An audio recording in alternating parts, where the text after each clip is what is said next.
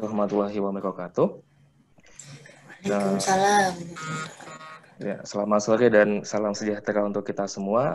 Saya ucapkan selamat datang kepada Bapak Ibu peserta webinar series penentuan leading sektor regional dan nasional ya.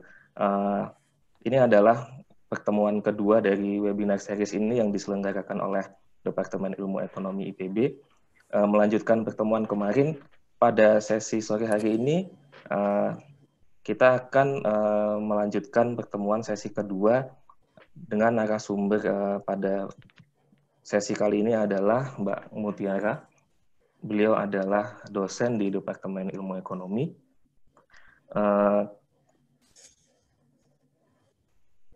Di sini sudah 470 ya peserta dan masih terus bertambah. Jadi saya lihat cukup tinggi antusiasme peserta dari kemarin. Kami mengucapkan terima kasih atas partisipasinya. Mungkin kita langsung saja ke inti acara pada pertemuan kali ini, yaitu materi yang akan disampaikan oleh Mbak Mutiara. Sebelumnya, kepada para peserta, jika ada hal yang nantinya ingin ditanyakan, bisa disampaikan via chat atau melalui raise hand pada sesi diskusi nanti. Kepada Mbak Muti, waktu dan tempat untuk waktunya kurang lebih 1 jam ya untuk menyampaikan materinya, dipersilahkan. Baik, terima kasih Fahmi. Saya buka dulu. Assalamualaikum warahmatullahi wabarakatuh. Selamat sore Bapak Ibu. Selamat sore juga para panitia dan juga moderator hari ini, Bapak Fahmi. Terima kasih atas kesempatannya. Jadi hari ini kita akan belajar bersama-sama mengenai topik yang kedua, yaitu analisis shift share. Jadi nanti sebenarnya masih berkaitan dengan yang namanya sektor unggulan. Tentu memang karena judulnya seperti itu. Cuma nanti akan terlihat setelah kita belajar bersama-sama, nanti akan terlihat bagaimana bedanya dengan LQ yang kita pelajari di hari kemarin. Saya coba share screen dulu. Semoga lancar share screen-nya. Nah, apakah terlihat Fahmi mungkin? Sedang loading, Mbak. Sedang loading. Bentar. Masih belum? Masih belum. Belum juga. Di saya sudah share screen sih, tapi apakah belum juga terlihat di screen Bapak Ibu dan juga moderator? Belum nih? Belum, Mbak. Mungkin bisa coba di-cancel, diulang lagi sepertinya. Oke, baik. Sebentar.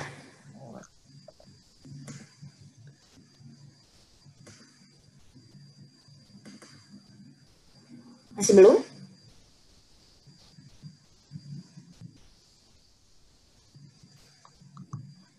Sudah atau belum? Bentar.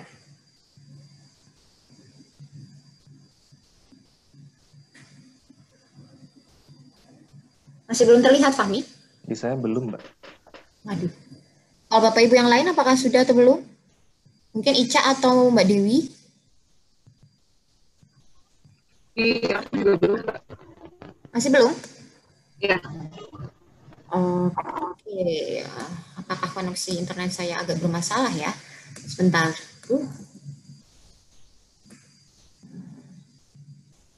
Sebentar ya.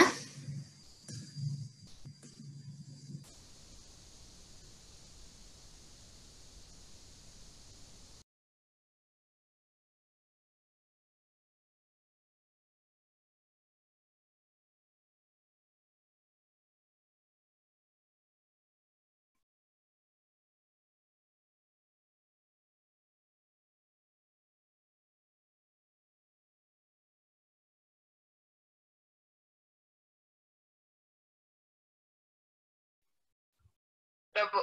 Mut, mungkin ditutup dulu, Mut. Muti? Mutiara? Halo? Fahmi, Mutinya kemana? Sepertinya lagi mencari device yang lain, Bu. Oh, Sebentar ya Bapak Ibu, internet saya sepertinya agak kacau. Ya. Sebentar. Coba saya share screen lagi ya, apakah bisa atau enggak. Kelihatan nggak? Kelihatan, Pak. Oke, alhamdulillah. Baik. Ya. Siap. Berarti langsung dimulai saja ya. Silakan, Pak. Jadi, kita akan belajar mengenai analisis shift share. Dan yang pertama, metode ini pertama kali diperkenalkan oleh Perloff et al. Pada tahun 60 dan merupakan suatu analisis mengenai perubahan berbagai indikator kegiatan ekonomi seperti produksi ataupun kesempatan kerja pada 2 titik waktu di suatu wilayah. Nah, ini untuk indikator kegiatan ekonominya masih kurang lebih sama seperti LQ, kita bisa gunakan produksi ataupun kesempatan kerja. Cuman bedanya di sini kita bisa menganalisis di 2 titik waktu. Jadi kalau LQ kemarin kan hanya di 1 waktu kita hitung, nah kalau di sini bisa dengan 2 titik waktu di suatu wilayah. Kemudian untuk kegunaan analisis shift share, yang pertama adalah melihat perkembangan sektor perekonomian di suatu wilayah. Nah, ini dibandingkan dengan ekonomi wilayah yang lebih luas. Jadi seperti kemarin ada daerah bawah, ada daerah atas. Tergantung nanti kita fokusnya di wilayah, apakah di kabupaten, kota.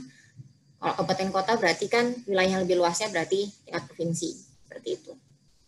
Kalau yang kegunaan kedua, melihat perkembangan sektor-sektor perekonomian jika dibandingkan secara relatif dengan sektor lain. Yang ketiga, melihat perkembangan suatu wilayah dibandingkan dengan wilayah lain. Ini adalah konsep utama dalam pertumbuhan regional di dalam analisis shift share. Yang pertama ada komponen pertumbuhan nasional. Ini memperlihatkan bagaimana perubahan produksi ataupun kesempatan kerja di suatu wilayah yang disebabkan oleh perubahan produksi ataupun kesempatan kerja di level nasional ataupun level daerah atasnya. Contohnya seperti apa? Misalkan ada perubahan kebijakan ekonomi di tingkat nasional, bagaimana itu bisa mempengaruhi nanti di tingkat regional. Kemudian yang kedua, konsep kedua adalah komponen pertumbuhan proporsional atau PP.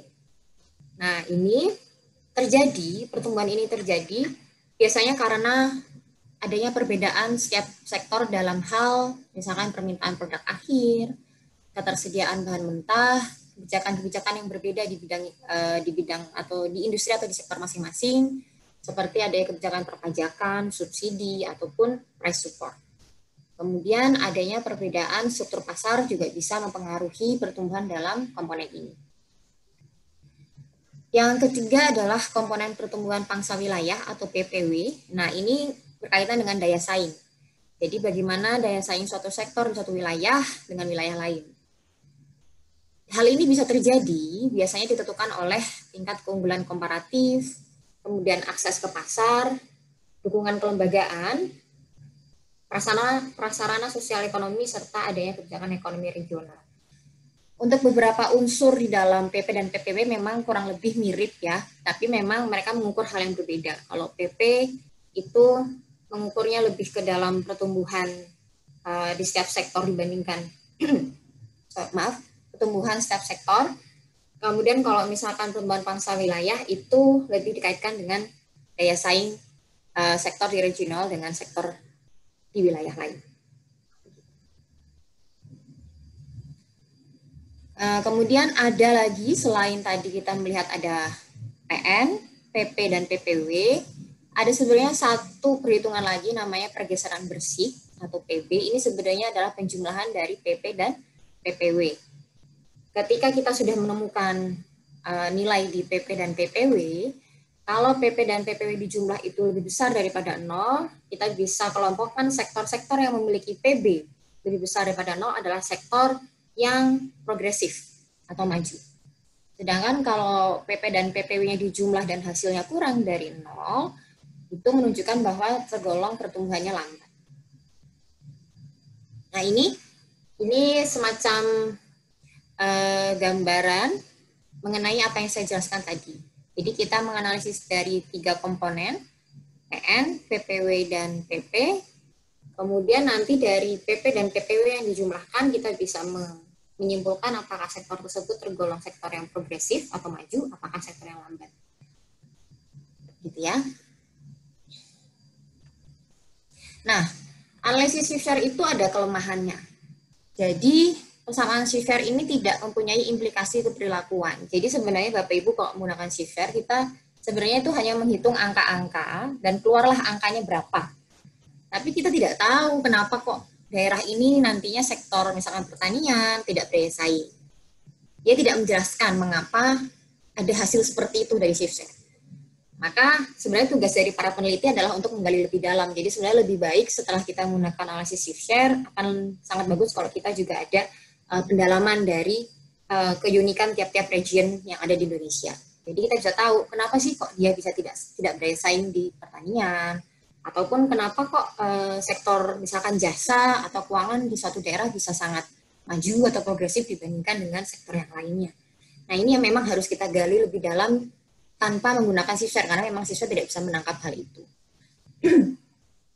Kemudian asumsi dalam PP dan PPW, perubahan penawaran permintaan dan juga perubahan teknologi dan serta perubahan lokasi itu dianggap sama.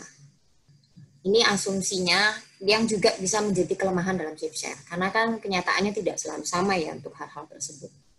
Kemudian yang ketiga, semua barang diasumsikan dijual secara nasional, padahal mungkin ada yang tidak diekspor ke daerah lain. Gitu. Jadi ini memang asumsi-asumsi yang harus kita terapkan supaya analisis shift share ini bisa berlaku. Nah, kemudian kita belajar langkah-langkahnya dalam analisis shift share. Nah, yang pertama adalah menentukan indikator kegiatan ekonomi. Ini seperti yang sudah dibahas di LQ kemarin juga, apakah mau menggunakan produksi, pendapatan. Jadi kalau misalkan PDRP kan juga sebenarnya pendapatan yang juga produksi ya. Kemudian bisa menggunakan indikator lain seperti nilai tambah, catatan kerja. Nah, ini Bapak Ibu sebagai peneliti ataupun nanti yang ingin menggunakan analisis ini bisa menentukan apakah mau pakai indikator yang mana untuk analisisnya. Kemudian yang kedua, setelah kita menentukan indikator, maka menentukan sektor. Ini sebenarnya bisa dipilih mau sektor apa yang ingin dianalisis, atau gitu, bisa juga langsung saja semua sektor yang ada di dalam data kita bisa analisis dan kemudian bisa dilihat hasilnya. Gitu. Kemudian yang ketiga, baru kita menghitung perubahan indikator kegiatan ekonomi dari sektor I pada wilayah J. Nah ini baru kita mulai menganalisis, melakukan perhitungan analisis shift share. Ini langkah yang pertama dalam perhitungan adalah menghitung rasio indikator kegiatan ekonomi. Nah, rasio ini nanti ada beberapa jenis. Kita lihat rasio yang pertama, namanya RI, kecil. Kalau saya sebut yang ini RI kecil ya. Itu rumusnya ada RI sama dengan YIJ aksen kurangi YIJ dibagi YIJ. Nah, ini mungkin saya akan agak lama berada di slide ini untuk mengajak Bapak Ibu supaya lebih mendalami simbol-simbol ini. Jadi YIJ kayak yang pakai tanda aksen ini adalah produksi atau kesempatan kerja dari sektor I pada wilayah J pada tahun akhir analisis. Nah, ada tahun akhir, ada tahun dasar. Bapak Ibu bisa membayangkan kalau misalkan saya mau melakukan penelitian shift share pada tahun 2014 hingga 2019, maka tahun dasarnya adalah 2014, ini tahun awal penelitian, periodenya, tahun akhirnya adalah 2019. Berarti nanti kalau misalkan saya mau menghitung RI kecil, maka ini Y aksen IJ ini adalah bisa PDRB atau kesempatan kerja untuk sektor I pada wilayah J di tahun 2019.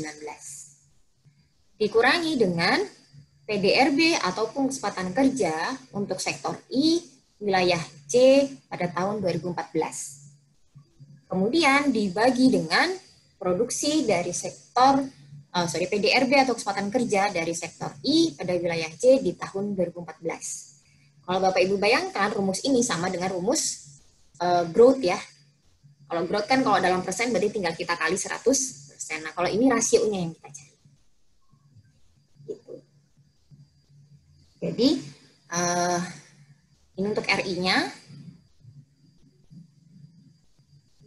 Kita bisa lanjut ke RI besar.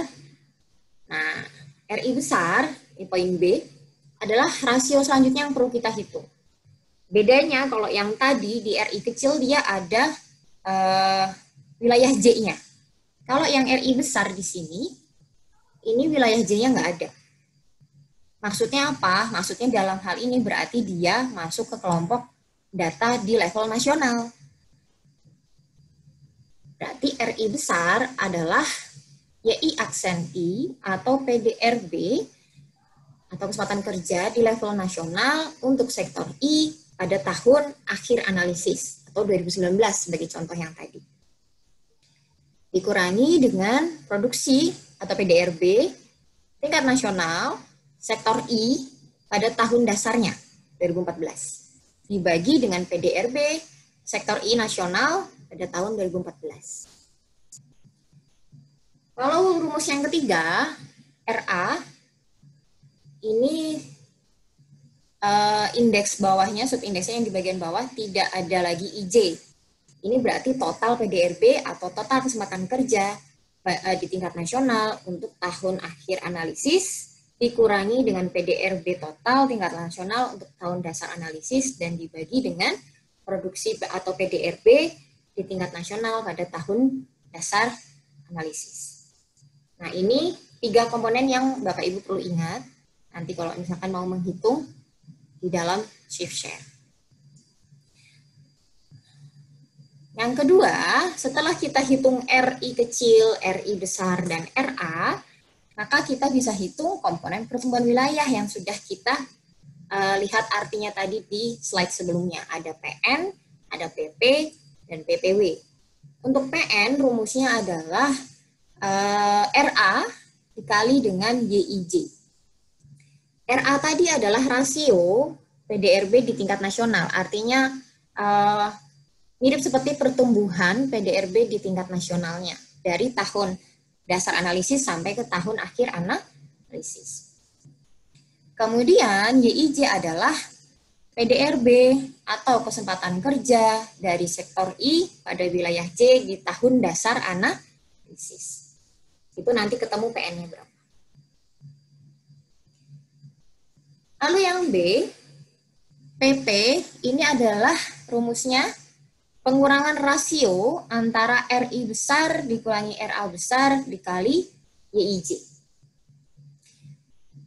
YIJ-nya masih sama, PDRB ataupun kesempatan kerja dari sektor I wilayah J pada tahun dasar analisis. RI-RA adalah rasio yang tadi kita hitung di langkah yang pertama. Jadi ada rasio PDRB nasional untuk satu sektor I, kan? Kemudian RA adalah rasio dari total PDRB atau kesempatan kerja di level nasional. Nah, di sini ada interpretasi hasil dari PP. Kalau PP-nya kurang dari 0, itu menunjukkan bahwa sektor I pada wilayah J pertumbuhannya lambat. Kalau PP lebih besar daripada 0, itu menunjukkan bahwa sektor I pada wilayah J pertumbuhannya tergolong cepat. Lanjut untuk PPW. PPW ini yang tadi berhubungan dengan daya saing. Rumusnya adalah RI kecil dikurangi RI besar dikali YIJ. YIJ-nya masih sama, PDRB atau kesempatan kerja dari sektor I pada wilayah J di tahun dasar analisis. Kemudian RI kecil adalah rasio PDRB di sektor I dan wilayah J yang tadi kita hitung. Kemudian RI besar adalah rasio, ini harusnya PDB ya, tadi saya sebut karena level nasional, mohon maaf, saya baru ngeh. RI besar adalah rasio PDB atau kesempatan kerja kalau misalnya levelnya nasional dari sektor I. Nah, dari pengurangan itu, kemudian dikalikan dengan YIJ, ketemulah PPW. PPW lebih besar daripada 0, berarti sektor I di wilayah J mempunyai daya saing yang baik dibandingkan dengan sektor yang sama di wilayah yang menjadi perbandingan. Apa maksudnya wilayah yang jadi perbandingan? Kita kan membandingkan daerah bawah dengan daerah atas.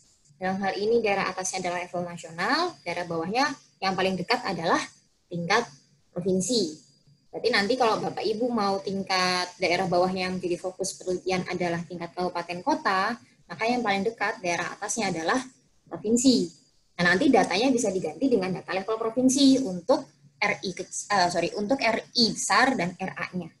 Jadi dia nanti tinggal diganti, tidak perlu pakai data nasional juga tidak apa-apa, tergantung dari fokus penelitiannya, apakah tingkat kabupaten, kota, atau fokus penelitiannya tingkat provinsi. Baik, kembali lagi, kalau PPW-nya kurang dari 0, berarti sektor I di wilayah J relatif tidak mempunyai daya saing dibandingkan dengan sektor yang sama di wilayah yang menjadi perbandingan, yaitu wilayah atasnya. Nah, ini adalah catatan rumus-rumus yang merangkum tadi yang sudah saya jelaskan. Jadi, perubahan PDRB dari sektor I di wilayah J itu dirumuskan di rumus yang pertama, delta YIJ. Jadi sebenarnya kalau mau lebih gampang, kita bisa melihat dari rumus yang kedua dulu di sini. Kalau rumus kedua itu kan kita bisa menghitung perubahan PDRB dari delta PDRB di 2 kurun waktu, 2 titik waktu yang kita tentukan. Kalau tadi contoh saya adalah 2014 dan 2019, maka perubahannya adalah delta PDRB tahun 2014 dan 2019. Nah, itu sebenarnya hasilnya nanti akan sama seperti yang nomor 1. Bahwa delta perubahan itu sebenarnya komponennya dapat dibagi 3. Itu efek dari PN, efek ditambah dengan efek dari PP, dan ditambah dengan efek dari PPW. Kemudian rumus ketiga komponen 3, 4, 5 yang sudah kita pelajari di awal tadi, PN, PP, PPW itu rumusnya apa saja. Kalau ternyata persamaan 2, 3, 4, 5 itu disubstitusi ke persamaan 1, didapatkan rumus seperti berikut. Jadi, dari rumus kedua, rumus 2, 3, 4, 5 disebutkan persamaan 1, maka ketemunya ini. Bahwa delta YIJ sama dengan yang PN tambah PP tambah PPW. Kemudian, delta Y ini sama dengan delta perubahan, maka akan sama dengan YIJ kali RA tambah YIJ kali RI minus RA, RI besar minus RA, plus YIJ kali RI kecil minus RI besar. Nah, lalu kalau kita mau hitung, jadi ini nanti hasilnya dalam bentuk nominal satuan mata uang. Kalau dalam Indonesia berarti kita pakai mata uangnya rupiah. Kalau kita ingin menghitung berapa persentase pertumbuhannya dari ketiga hal PN, PP, dan PPW, maka bisa menggunakan 2 rumus ini. Jadi, persen perubahannya untuk PN, PP, dan PPW itu bisa dibagi lagi dengan YIJ kali 100 atau langsung dengan menggunakan rasio indikatornya dan juga selisih rasio indikator dikali dengan 100%. Jadi nanti ketemulah nanti satuannya menjadi persentase. Nah, kemudian setelah kita menghitung PN, PP, PPW, kita bisa menghitung pergeseran bersih. Ini juga seperti yang sudah dijelaskan di awal, bahwa PB itu rumusnya PP ditambah PPW. Jadi, kalau misalkan PP dan PPW dijumlahkan hasilnya lebih besar daripada 0, maka sektor-sektor tersebut dikelompokkan sebagai sektor yang maju atau progresif. Tapi kalau ternyata hasilnya kurang dari 0, maka pertumbuhan sektor I pada wilayah J termasuk lambat. Kalau kita mau menggunakan analisis shift share, memang setelah menghitung yang tadi banyak sekali rumus, kita bisa plotkan hasilnya di dalam kuadran. Sehingga kita bisa mengevaluasi setiap profil pertumbuhan di setiap sektor di perekonomian suatu wilayah. Kalau ini kuadrannya ada 4 sesuai dengan diagram Cartesius. 1, 2, 3, 4, dan juga ada garis 45 derajat yang memotong di tengah-tengah itu. Jadi kalau kita lihat di kuadrannya ini, untuk yang horizontal itu adalah PP, kemudian yang vertikal adalah PPW. Kemudian yang garis 45 derajat yang miring itu adalah PB. Jadi kalau misalkan di kuadran 1 jelas terlihat PP-nya positif, PPW-nya juga positif. Seperti itu ya Bapak Ibu ya. Kemudian kalau misalkan kita mau lihat garis miring, nah ini kalau yang ada di sebelah kanan garis miring, kanan atas, itu berarti yang PB-nya lebih besar daripada 0. Kalau dia ada di bawah garis 45 derajat, itu yang PB-nya kurang dari 0. Karena bisa saja PP, misalkan PP negatif, PPW-nya positif, bisa saja ketika dijumlahkan hasilnya positif. Jadi bisa saja memang posisinya masih di dalam kelompok yang progresif, tapi ketika kita breakdown lagi lebih detail, ternyata, oh, untuk yang pertumbuhan proporsional dia bisa saja negatif, yang pertumbuhan angsa wilayah ternyata dia positif. Seperti itu. Untuk kuadran 1, kita bisa lihat, ini resumenya. Kuadran 1 menunjukkan bahwa sektor-sektor tersebut memiliki pertumbuhan yang cepat, demikian juga daya saingnya juga baik. Kalau kuadran 2, itu menunjukkan sektor ekonomi yang ada di wilayah tersebut itu pertumbuhannya cepat, tapi daya saingnya tidak baik. Kalau kuadran 3, menunjukkan sektor ekonomi di wilayah yang kita teliti, memiliki pertumbuhan yang lambat, dan daya saingnya kurang baik. Sedangkan kalau kuadran 4, maaf, ini kenapa dia tidak bergeser? Sepertinya saya mengalami hal yang sama seperti Bu Sahara kemarin, harus di-refresh dulu. Mohon maaf. Saya coba ulangi ya.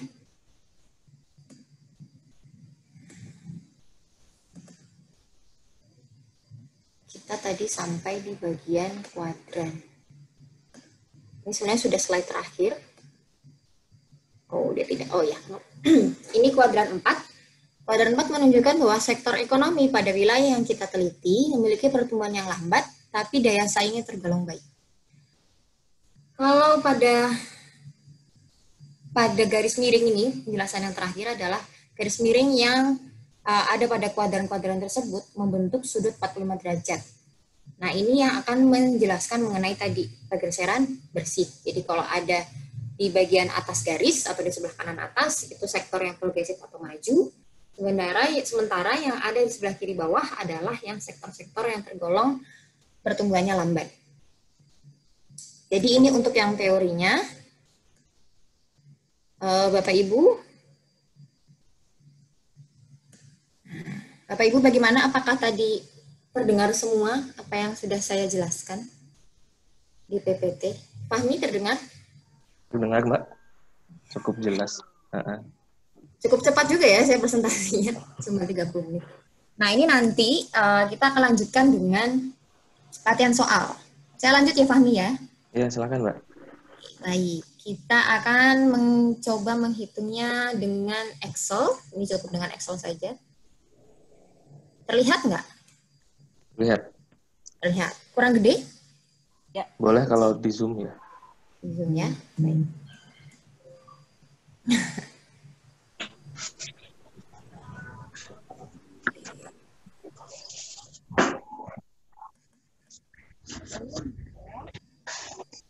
Ini kelihatan? Baik, nah ini saya studi kasusnya adalah tingkat bawahnya atau daerah bawahnya adalah Provinsi Jawa Tengah dan tingkat atasnya adalah nasional. Jadi saya menggunakan datanya PDRB Jawa Tengah dan PDB Indonesia dengan menggunakan harga konstan 2010. Artinya di sini PDB harga konstan ya, dengan satuannya miliar rupiah. Ini tahunnya 2014 sampai tahun 2019. Sektornya ada cukup banyak, tapi tidak saya gunakan yang paling detail karena hanya untuk latihan. Takutnya kalau misalkan terlalu detail nanti melihat Excel-nya akan semakin sulit. Nah, ini sektor-sektornya ada di sebelah kiri. Kemudian ini datanya untuk PDRB Jawa Tengah dan PDB Indonesia. Nah, sekarang saya mau minta tolong Fahmi bisa memilih salah satu dari peserta untuk menjawab bagaimana cara menghitung RA. Saya mau mengikuti metodenya Bu Sahara kemarin. Baik. Jadi siapa tahu saya menemukan peserta-peserta yang sangat fokus, jadi mengerjakan semuanya juga langsung bisa. Silakan Fahmi. Oke, ini acak saja ya. Iya. Ibu Eva Riani bagaimana? Ibu Eva mungkin? Ini ibunya ada di tempat kah? Bu?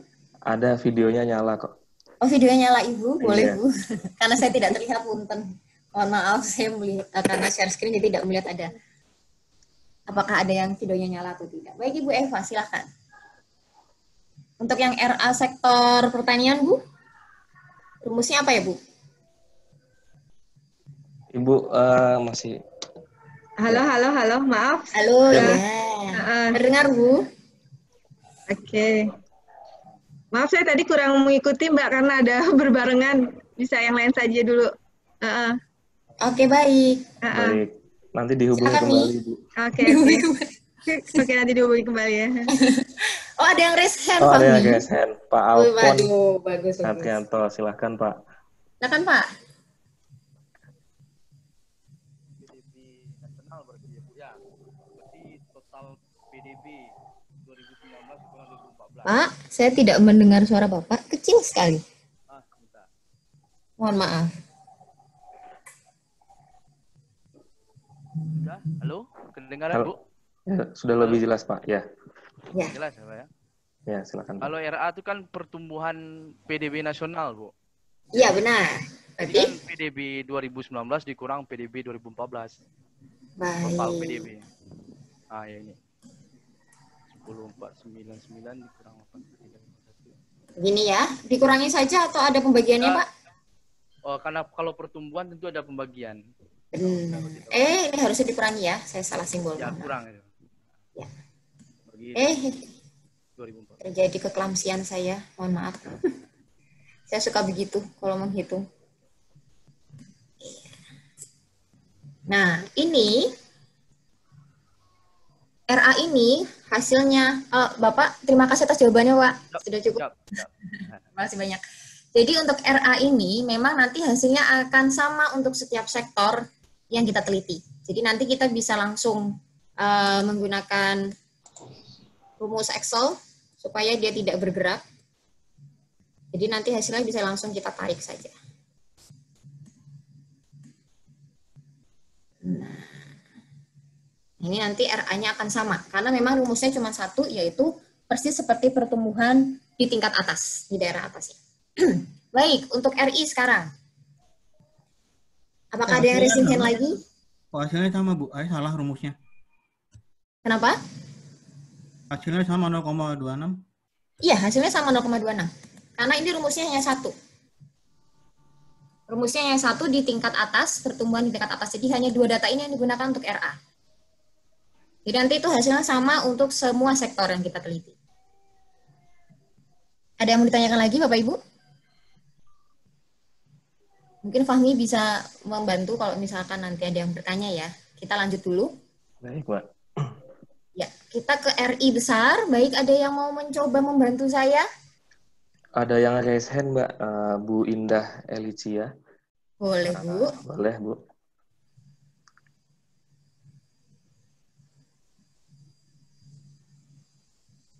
Oke, Bu. Bisa Ya. kedengar? Kedengeran sih, Bu, tapi agak terputus. Oh ya, Sudah terdengar, Bu. oke. Iya, saya coba ya, Bu. Ibu mau sektor yang apa nih, Bu? Terserah, Bu.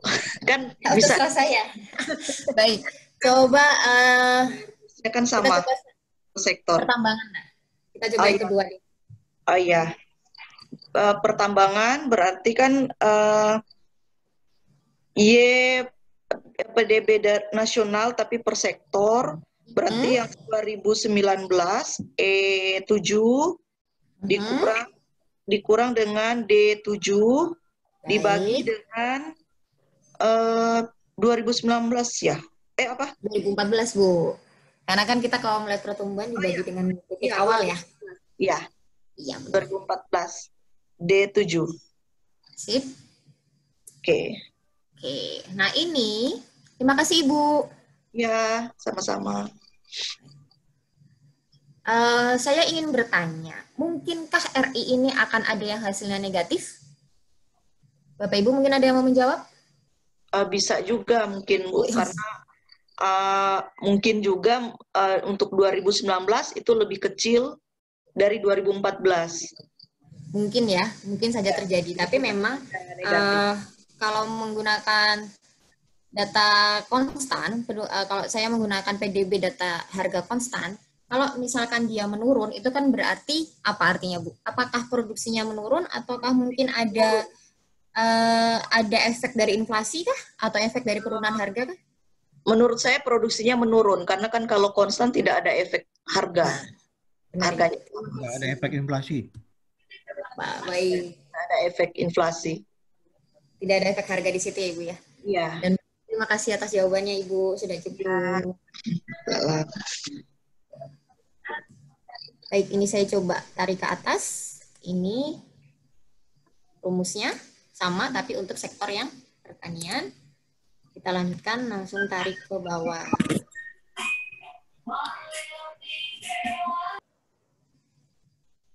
Baik. Nah, ini sudah ketemu untuk RI besarnya. Untuk RI kecil, boleh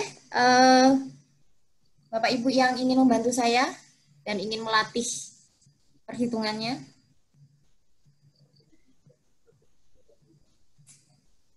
Bapak Ibu, ada yang raising hand lagi?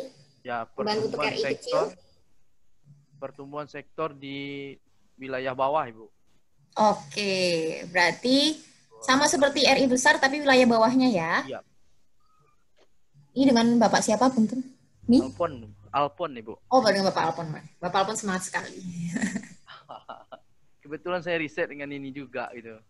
Oh iya, berarti sudah harusnya lebih mengerti, Pak. Nanti bantu saya ya, Pak ya. Mudah-mudahan insya Allah. Baik. Seperti ini ya Bapak Ibu, yang lain hasilnya sudah ketemu, tinggal kita tarik garis. Nah, ini untuk rumus di sebelahnya, ini sudah saya tuliskan rumusnya. Ini tinggal kita kurangi saja.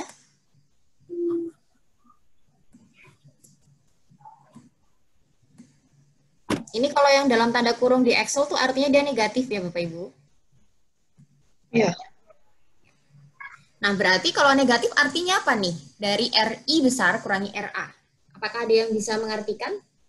Kalau yang negatif dari selisih rasio tersebut, apa ya artinya? Berarti pertumbuhan sektor I di wilayah bawah itu lebih rendah dibandingkan dengan pertumbuhan sektor yang sama di wilayah atas. Apakah ada wilayah bawah dalam hal ini? Tidak, Bu. Enggak diambil. Enggak. Oh, Bapak di mobil lah. Tidak ada wilayah Oh, bawah. tidak. Ya, karena ini RA ya. Ya. Wilayah tersebut. Ya. Jadi ini wilayah atas ya. Jadi karena masih pakai huruf besar R-nya, itu untuk wilayah atasnya.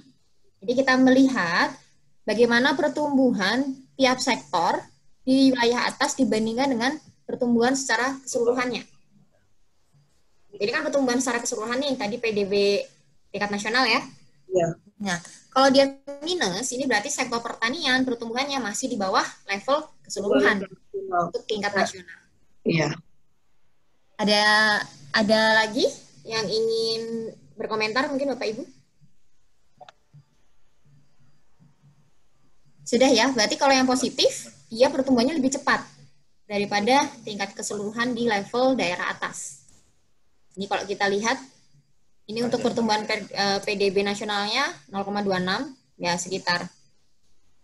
Itu kemudian berarti kalau yang RI untuk sektor 10, sektor pengadaan air, pengelolaan sampah dan limbah, dan daur ulang ini ternyata pertumbuhannya lebih cepat di tingkat nasional. Seperti itu ya. Ya. Baik.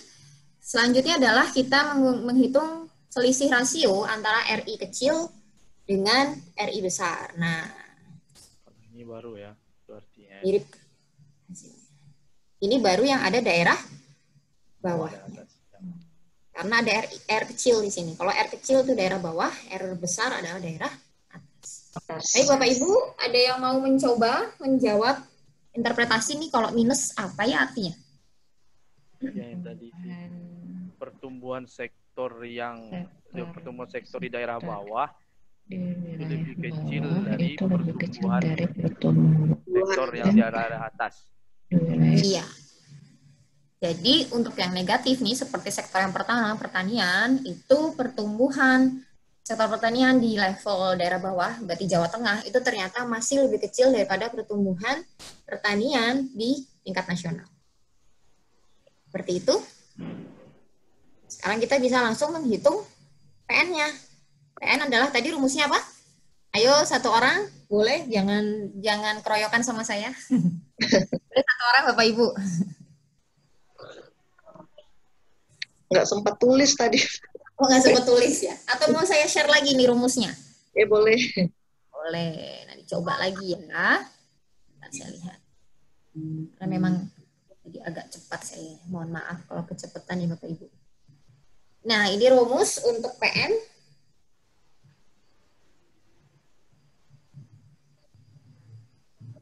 PN adalah RA dikali YIJ. Servelnya dirubah, Bu. Kenapa? Oh, belum keluar ya? Belum. Ya. Oh, maaf. Sepertinya saya memang rada gaptek dalam hal sharing-sharing screen ini. Sudah terlihat? PN sama dengan? Sudah. Kita sekalian review rumus yang lain ya. Sekalian Bapak Ibu jika ingin nanti mencoba menghitung, sekalian dicatat rumusnya. PN adalah RA dikali YIJ. diganti lagi. Ini PP? Ini RA YIJ. Ya. RI besar kurangi RA besar kali YIJ. Lalu PPW?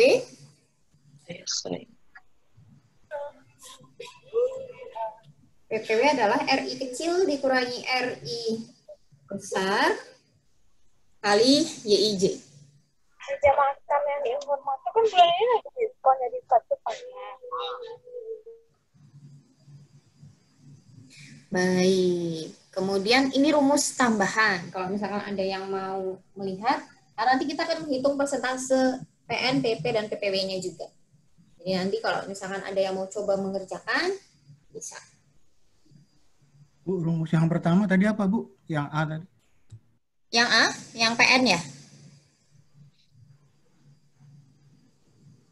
Yang ini, Pak? Ya, makasih. Baik. Kembali lagi ke rumus yang banyak tadi ya. Udah banyak sekali rumus.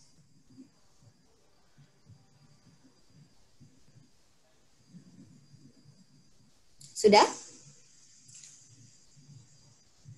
Kita coba lagi untuk perhitungan di Excel.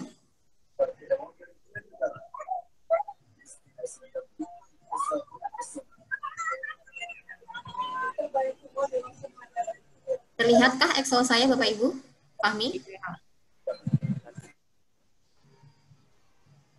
Terlihat? Iya. Baik, satu orang untuk menghitung PN, boleh raising hand dulu. Satu orang. Fahmi bisa dipilih ya. Oke, ada Pak Miko di yang raise hand. Pak Miko Novri, silahkan Pak. Ya, untuk yang PNIJ, RA dikali YIJ. YIJ-nya adalah? YIJ-nya itu berarti di tahun dasar. Tahun dasar? Untuk wilayah J ya? Untuk wilayah J. Jadi YIJ berarti sektor ke I, wilayah ke J. Wilayah ke J dalam hal ini berarti apakah Indonesia atau Jawa Tengah? Indonesia atau Jawa Tengah? Besar berarti Indonesia. Indonesia, benarkah? Jawa Tengah. Jawa Tengah. Jawa Tengah, wilayah bawahnya. Benar. Ya. Berarti wilayah yang ada kodenya wilayah J itu berarti untuk wilayah tertentu. Ya. Siap. Jadi kalau tidak ada IJ-nya itu pasti total atau daerah atas. Gitu ya, Bapak. Sip. Temunya ini 27.700 dan satuannya miliar, jangan lupa. Jadi karena kita dari awal pakai miliar, berarti di sini juga miliar. Terima kasih Bapak jawabannya. Oh, sekalian Pak yang persentase. Boleh nanya? Nanyanya mungkin nanti pas kalian di akhir. Atau bagaimana? Saya terserah sama moderator saja, Pak Fahmi. Bagaimana Pak Fahmi? Baik, pertanyaannya apakah berkaitan dengan contoh ilustrasi ini, Pak? Iya, berkaitan. Berkaitan. Ya, ini ya, Ibu ya, maaf ya, motong ya. Itu kan ada 2 titik waktu ya, 2014 dan 2019. Itu kan selisihnya berarti 2 titik waktu itu. Iya. Artinya keadaan ekonomi saat 2014 dan keadaan saat 2019. Bagaimana di tengah-tengah tahun antara itu? Kalau ide saya sih selisih misalnya 2014 ke 15, 2015 ke 16, 2016 ke 17, 2017 ke 18, 2018 ke 19, baru dirata-ratakan semuanya. Bisa nggak kalau ide saya kayak begitu? Jadi nggak langsung membandingkan jarak waktu yang terlampau jauh tuh 5 tahun gitu. Ini Bapak harusnya pertanyaan di akhir Pak. Itu sudah mengcover semuanya Bapak. Oh gitu? Nggak apa-apa, saya jawab aja. Jadi memang itu sebenarnya yang saya baca dari beberapa penelitian dan juga jurnal-jurnal itu salah satu yang memang tadi mungkin belum saya tuliskan di PPT ya. Ini salah satu kelemahan shift-nya.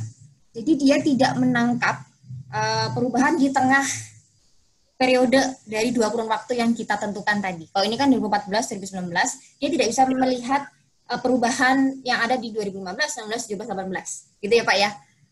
Saya juga menangkap itu. Nah, sebenarnya yang saya baca juga itu ada beberapa yang menggunakan metode dynamic shift share. Itu semacam modifikasi, jadi dia akan mirip seperti Bapak metodenya. Jadi dia menggunakan selisih antar tahun, kemudian nanti disum. Ada yang disum, ada yang di rata-rata. Nah, itu memang tergantung dari modifikasinya. Dan tergantung dari tujuannya penelitiannya apakah. Kalau dijumlahkan takutnya besar sekali angkanya, gitu. Kalau di rata-rata kan mungkin bisa terlihat lebih kecil. Tapi memang jadinya bentuknya rata-rata. Memang kan kalau rata-rata tuh seperti kita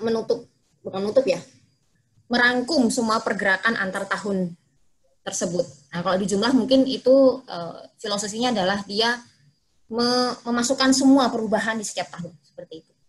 Jadi memang ada. Jadi ini shift share yang klasiknya seperti ini Pak. Memang ada yang pakai dynamic shift share juga yang saya baca dari penelitian beberapa orang. Nah mungkin Bapak kalau misalkan penasaran untuk hal itu bisa cari-cari Pak jurnalnya yang menggunakan dynamic shift share. Kalau boleh tahu judul papernya apa ya? Nanti coba saya share ya Pak Oke, makasih ya. Karena tadi judulnya saya juga lupa. Dan berarti, memang saya lihatnya baru di abstrak karena untuk download juga harus berbayar. Dia kalau nggak salah yang jurnal berbayar. Berarti LQ juga sama ya, metode LQ, location question juga kan dengan LQ analogi yang sama bisa begitu juga kan? Yang LQ yang saya tahu memang ada dinamiknya juga. Semacam modifikasi dari yang LQ yang statik, yang klasik yang kita pelajari kemarin. Cuman dia lebih memproyeksikan apakah sektor-sektor yang daya saingnya bagus, sektor yang menjadi sektor basis yang lebih besar daripada satu itu apakah kedepannya masih bisa menjadi sektor yang prospektif. Nah itu yang saya baca dari dynamic LQ. Tapi memang saya belum baca semua. Bisa dicari Pak, banyak kok, udah ada beberapa jurnal yang menggunakan DLQ sama dynamic shift share-nya. Oke. Terima kasih. Baik. Sip. Saya lanjut lagi hitungnya ya Bapak. Nah, lanjut untuk yang persentase. Bapak Ibu, ada yang mau mencoba persentase perubahan dari PN-nya? Persentase pertumbuhan nasionalnya?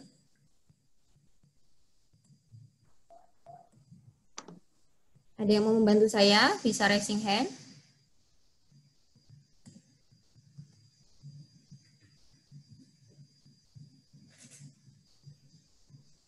Bapak Ibu, tidak ada yang raising hand di bagian persentase? Tinggal dibagi ya IJ, Mbak. Apa? 27 itu.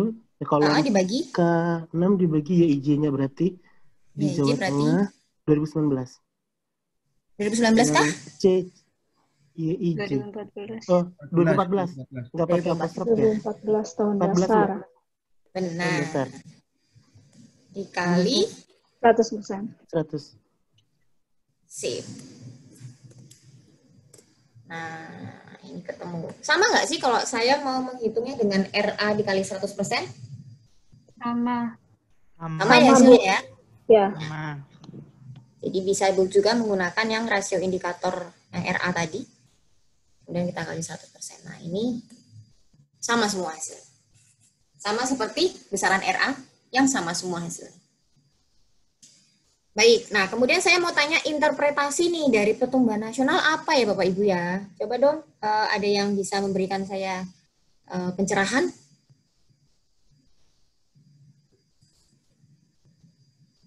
Fahmi mungkin salah satu Bapak Ibu? Atau ada yang raising hand juga? Baik. Kira-kira apa nih interpretasi dari PN?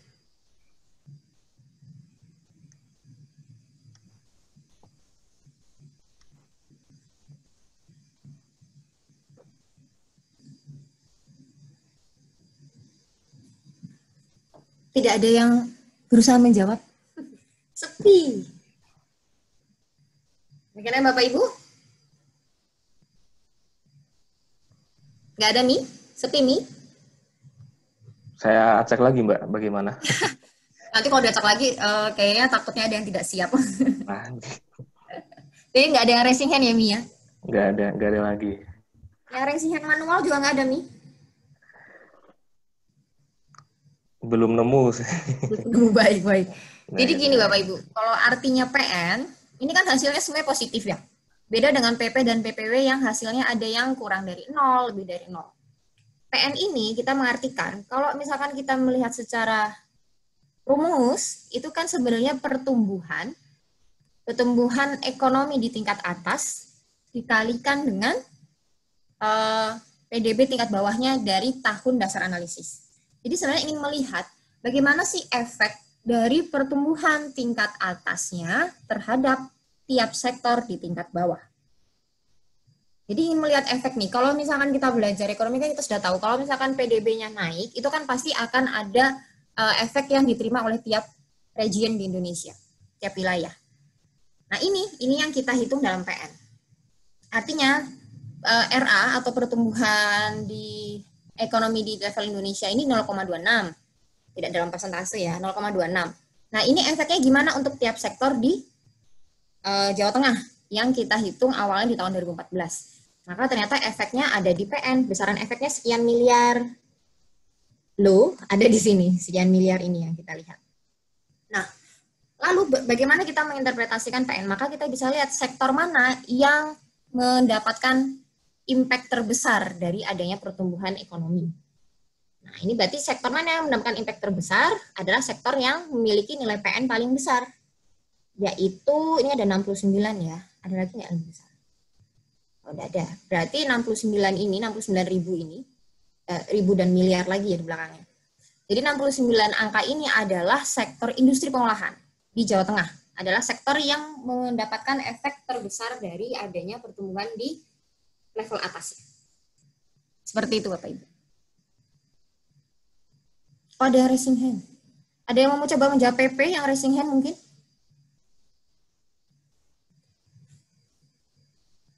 Iya, Mi. Mungkin coba di salah satu yang raising hand di unmute. Apakah ingin mencoba menjawab yang PP atau mungkin ada komentar?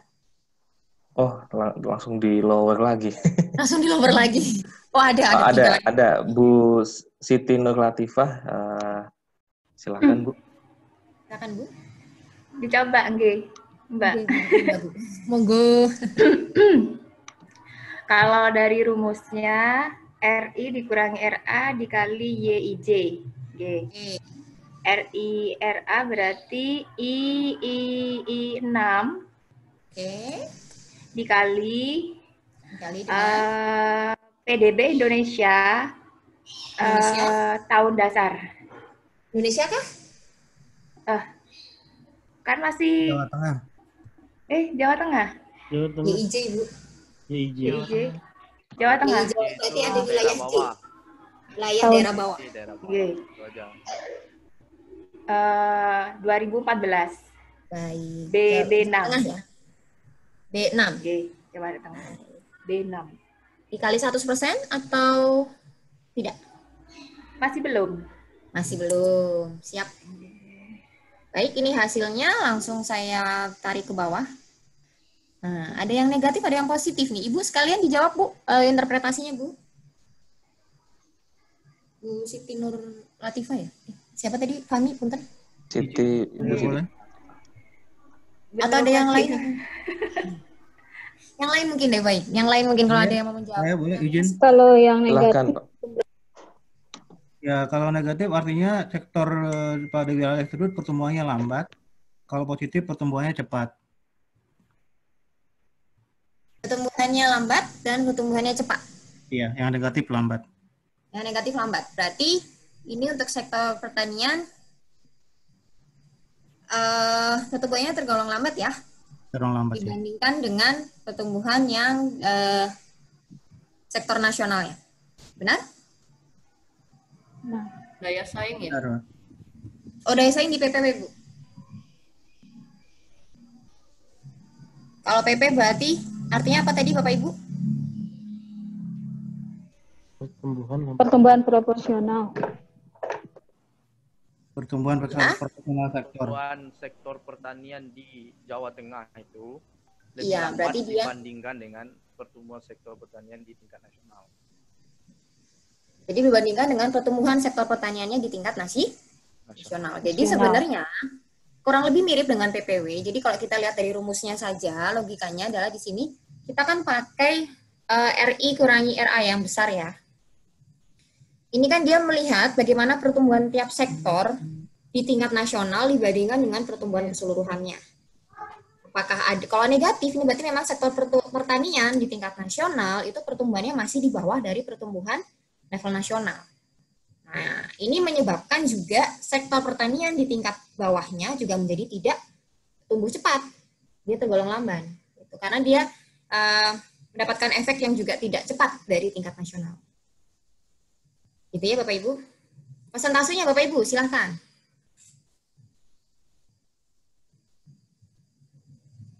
Persentase? Ada yang raising hand, Fahmi? Ada. Masih yang tadi sih antara Bu Siti dan Bu Ida. Monggo. Monggo deh. Oke. Ayo persentasenya. Silakan Bu. Persentasenya RI dikurangi RA kali 100%. Kali 100%. Maaf. Seperti ini. Kalau mau dihitung dengan cara lain, saya coba di sel yang berbeda. Cara lainnya seperti apa Bapak Ibu? PPIJ Dibagi YIJ kali 100. YIJ dikali 100%. Iya. Apakah hasilnya sama? Hasilnya sama. Gitu ya Bapak Ibu ya caranya. Saya tinggal tarik ke bawah untuk melihat sektor yang lain.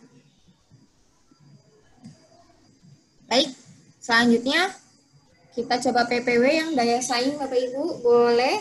Yang lain mungkin, sepertinya ibu-ibu dan bapak-bapak yang menjawab ini orangnya dalam circle yang sama. Maksudnya orang-orang yang sama. Kalau yang lain mungkin Bapak Ibu Fahmi, mungkin kalau ada yang lain yang raising hand. Kita hitung PPW bersama. Kolom J. Kolom J. J. Kita hitung yang pertanyaannya Ibu Bapak ya. Ya. Kali dengan PDRB sektor I di Jawa Tengah 2014. Belum berapa. Baik. Ini ya. Kolom B, ya B6. B ya, B. Perlu dikali 100% Bapak? Enggak. Tidak perlu. Oke. Temulah hasilnya ini. Saya coba tarik dulu ke bawah. Nah, silakan Bapak Ibu, interpretasinya untuk sektor pertanian berarti apa?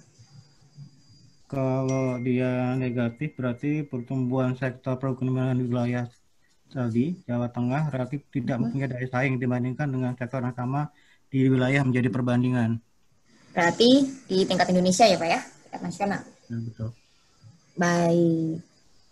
Berarti kalau yang positif daya saingnya ada dibandingkan dengan sektor apa nih yang nomor 2?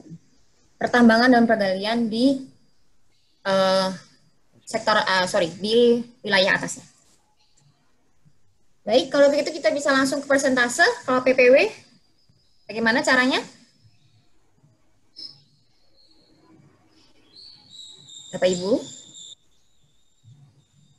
Persentase. 100%. RI kecil dikurang RI besar Kalau kali B kali 100%. 100%. Kali 100. Baik. Pakai cara yang kedua Tinggal adalah dibagi J kali 100%. Oke.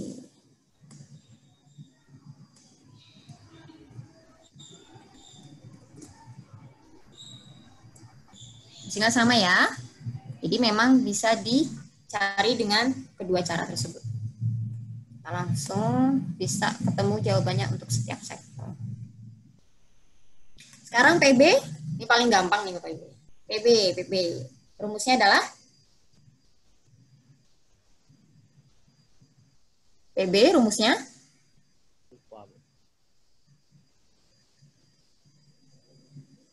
yang raising hand apakah orangnya sama, Mi?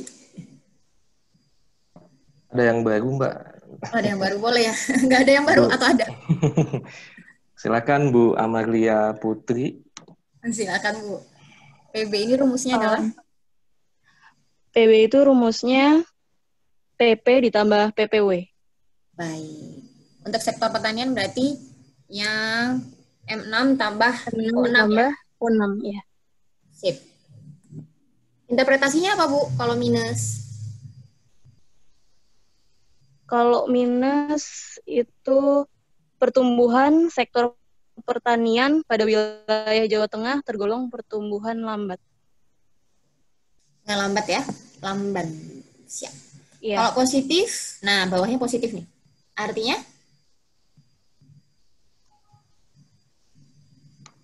Bu, masih Bu. Kalau positif termasuk ke dalam kelompok yang progresif atau maju. Baik. Iya. Terima kasih. Sudah benar, berarti kita bisa langsung tarik dan lihat jawabannya. Kalau persentasenya, PB?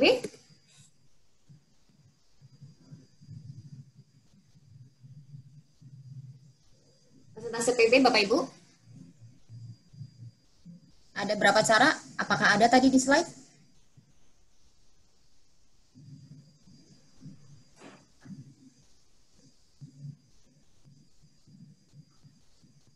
Sepi.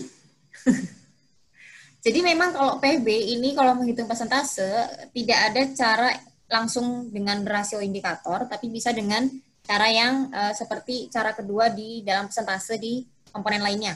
Jadi PB-nya dibagi dengan YIJ, kemudian dikali 100%. Nah, ini kalau misalkan mau menghitung juga ya hasilnya. Nah ini, ketika kita sudah menentukan ini, kita bisa menggambar kuadran, grafik di dalam kuadran.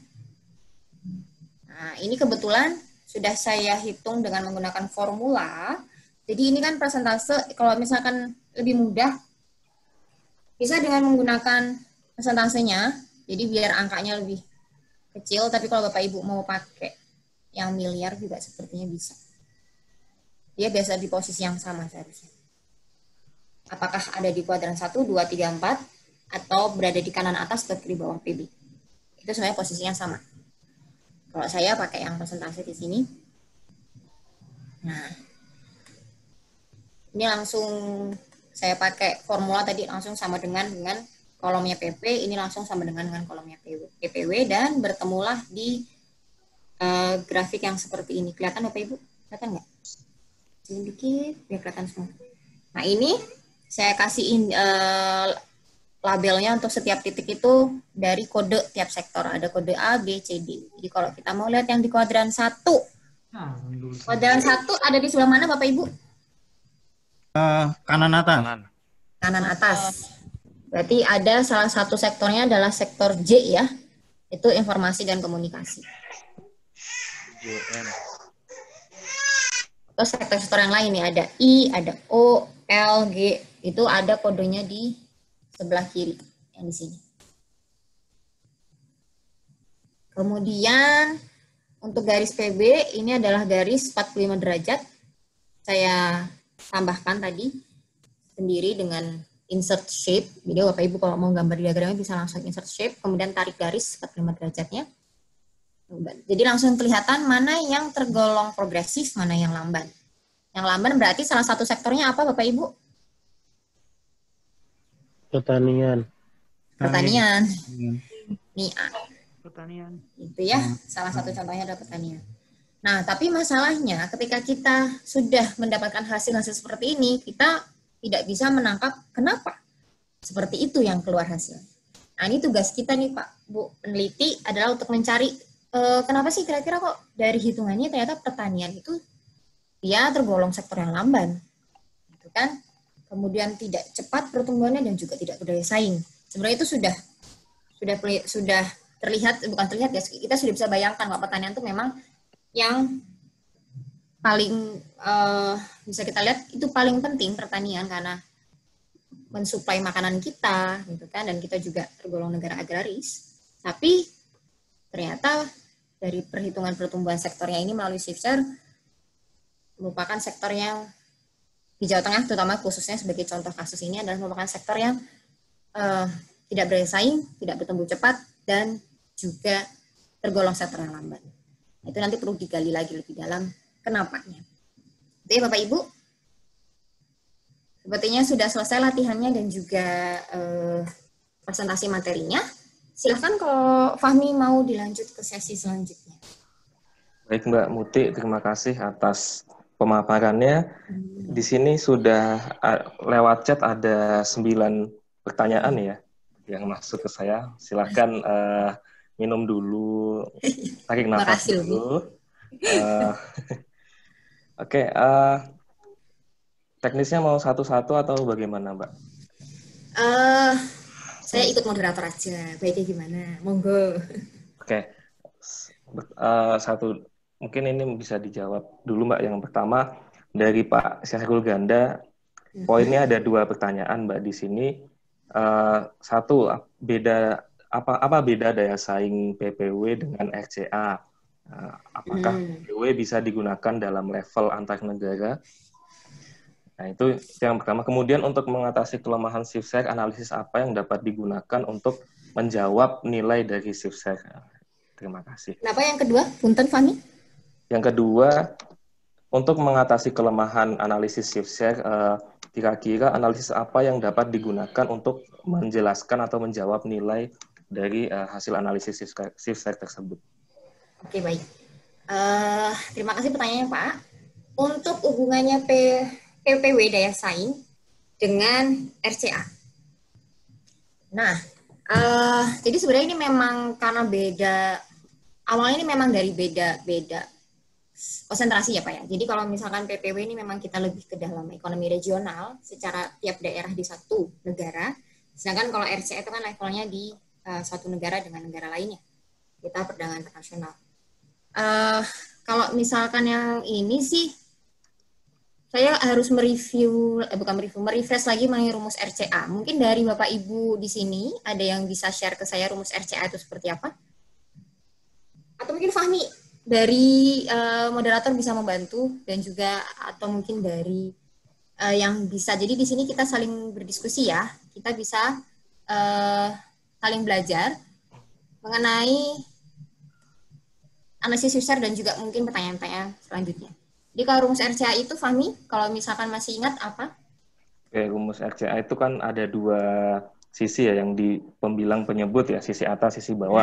Nah, sisi atasnya itu adalah total ekspor suatu produk dari suatu negara dibagi dengan total ekspor keseluruhan dari negara tersebut. Jadi ekspor produk tertentu dibagi dengan total ekspor suatu negara, itu adalah pembilangnya.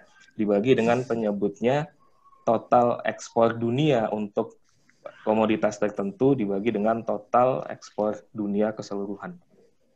Apakah mirip logikanya? Mirip seperti rumus LQ juga seperti itu. Ya, jadi kalau untuk LQ dan RCA sih mirip ya. Jadi, tapi kalau untuk shift share, mungkin perbedaannya adalah karena shift share itu juga dari 2 kurun waktu tertentu, jadi memang konsentrasinya berbeda, Pak. Jadi tadi kalau RCA dan LQ itu yang logikanya mirip rumusnya, cuman bedanya RCA dengan studi kasusnya negara dengan negara, gitu kan? Negara dengan dunia, daerah atasnya adalah dunia. Sedangkan kalau LQ kan ada daerah atas, daerah bawah di satu negara yang sama. Cuman kalau untuk shift share memang sedikit berbeda karena kita di sini bisa menyatukan di 2 titik waktu. Kalau misalkan di LQ kan 1 titik waktu, kalau mau lebih waktunya maka kita analisis lagi perbedaan tiap waktunya. Seperti itu. Jadi pertanyaan kedua berarti, lupa lagi Fahmi, untuk mengatasi kelemahan ya, analisis shift share. Untuk mengatasi kelemahan memang yang tadi sudah ditanyakan oleh Bapak, saya lupa, mohon maaf, yang pertama adalah salah satu kelemahan shift share yang paling terlihat adalah dia tidak menangkap perkembangan atau pertumbuhan di tengah-tengah waktu antara 2 periode yang kita pilih sebagai periode penelitian. Nah, itu salah satu caranya sudah ada modifikasinya dengan dynamic shift share. Bapak Ibu bisa mencari nanti di jurnal-jurnal sudah ada beberapa yang menggunakan dynamic shift share. Kemudian kalau misalkan dari sisi asumsi saya tidak bisa berkata banyak karena itu memang asumsi yang harus digunakan dalam suatu model atau suatu metode agar bisa diaplikasikan. Sedangkan kalau yang mengapanya itu kan memang suatu kelemahan shift share yang tidak bisa dijelaskan. Berarti ya itu kita menambah satu metode baru berarti untuk menjawab mengapa. Bisa dengan survei, bisa dengan FGD, itu kan dengan pihak-pihak yang berwenang yang berkaitan untuk menangkap kira-kira kenapa sektor-sektor tersebut masuknya ke apakah sektor progresif, apakah sektor lamban, berdaya saing atau tidak, cepat atau tidak, seperti itu. Mungkin kalau dosen yang lain Bu Sahara ada kalau ingin menambahkan atau merevisi boleh Bu, atau mungkin ada beberapa dosen Departemen Ekonomi yang lain, dipersilahkan juga. Silahkan. Cukup, Mut. Oh, ya, bagus. Terima kasih. Lanjut pertanyaannya, Mi. Mungkin ada pertanyaan lain? Masih banyak, Mbak. Ini mungkin beberapa poin bisa saya sampaikan dalam satu sekaligus ya, supaya bisa sekalian dijawab. Di sini dari Pak Alif Rahman, apakah analisis LQ dan shift share itu bisa dihitung bersamaan? Oke, kemudian apakah bisa, tadi ketika pada kuadran itu posisinya itu tepat di titik tengahnya di koordinat 0,0, apakah bisa seperti itu juga? Oke, kalau misalkan dihitung bersamaan itu sebenarnya bisa-bisa saja Pak, asal ada datanya. Jadi ada beberapa penelitian juga yang mengkombinasikan beberapa metode, bisa via LQ, shift share, dan mungkin ada metode lain yang dia tambahkan. Sebenarnya bisa dihitung, cuman kalau LQ mungkin tiap tahun kita harus menghitung sendiri dan menampilkan bentuk hasilnya yang berbeda, seperti mungkin bentuk Ibu Sahara kemarin ada grafik, kemudian dilihat pergerakannya tiap tahun. Kemudian kalau shift share yang mungkin bentuknya seperti yang tadi saya tampilkan, ada kuadran 1, 2, 3, 4. Jadi nanti tinggal kita meramu kesimpulan dari metode-metode tersebut. Seperti itu. Kemudian yang kedua tadi, saya lupa. Sorry Mi, tadi yang kedua tadi, apakah mungkin pada hasil posisi tadi di kuadran tadi itu pas di titik tengahnya di koordinat 0,0 itu? Kalau dia ada di titik 0,0 berarti PP-nya 0, TPW-nya 0. Gitu. Kalau seperti itu bisa dibilang sektor tersebut memang tidak ada produksinya di satu daerah. Jadi misalkan di Depok mungkin pertambangan pergaliannya 0, tidak ada. Okay. Mungkin kalau ada yang mau ditambahkan, Bu Sarah, boleh?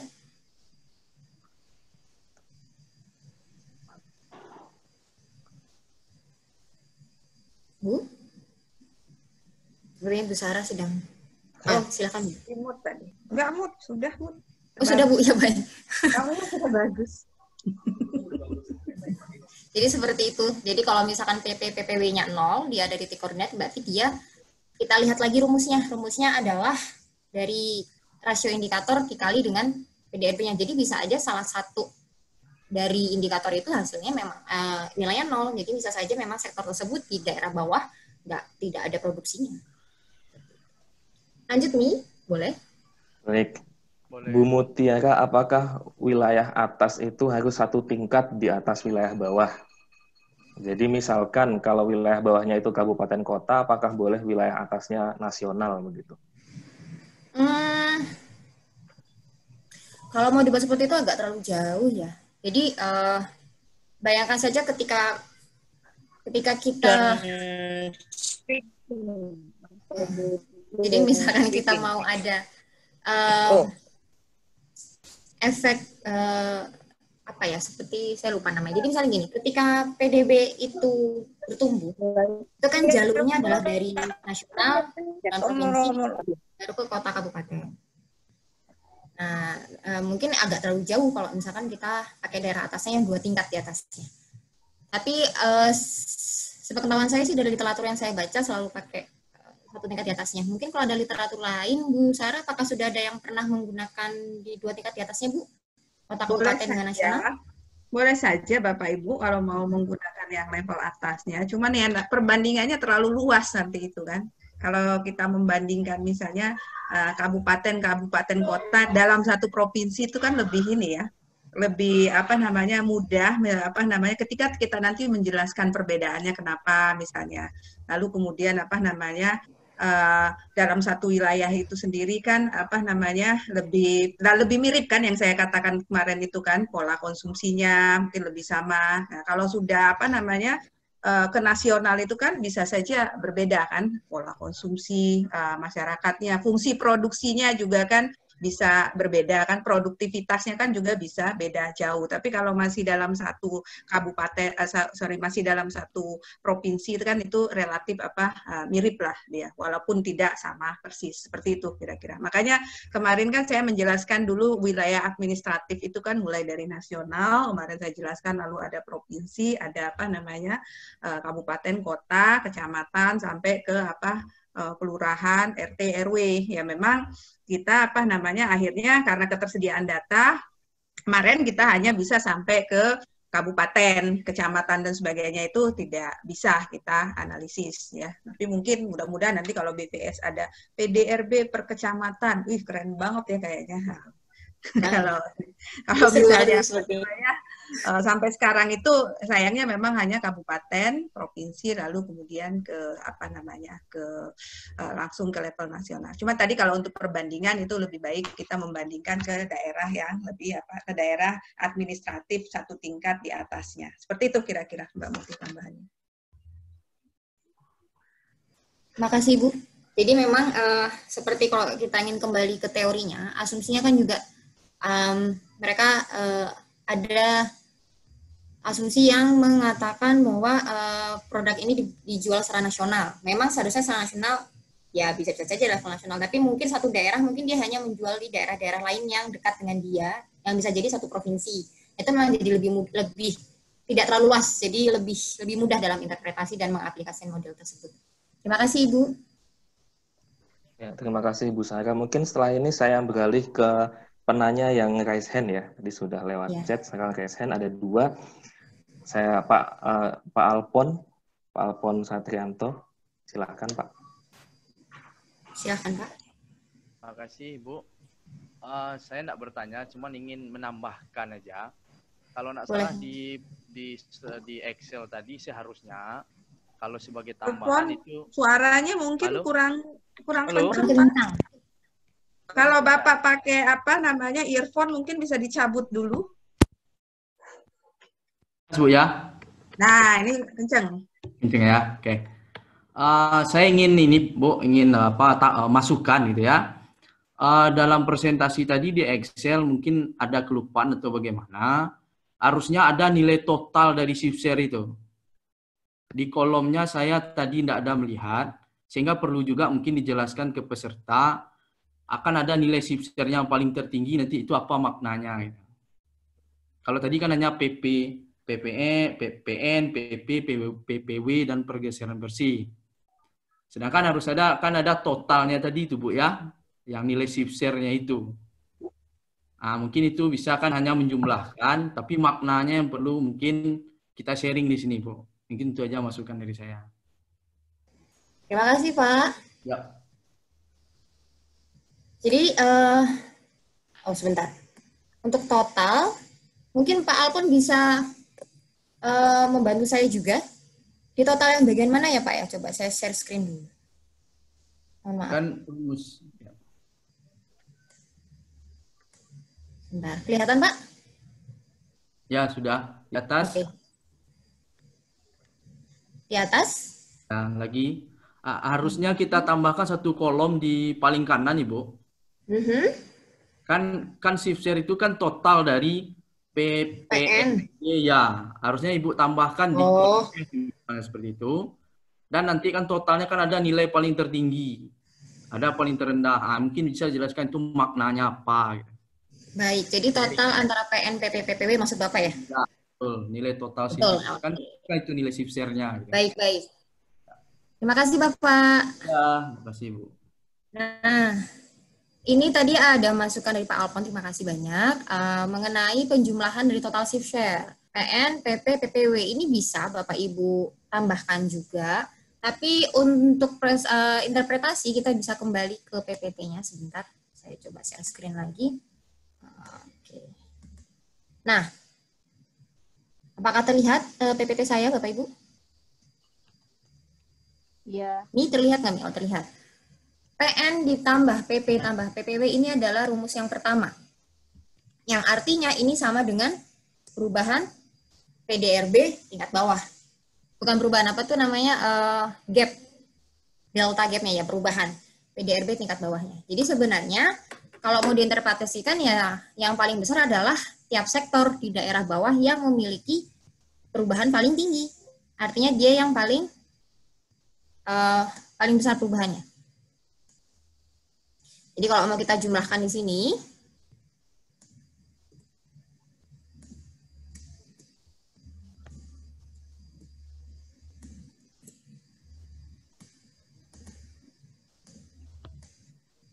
kita lihat.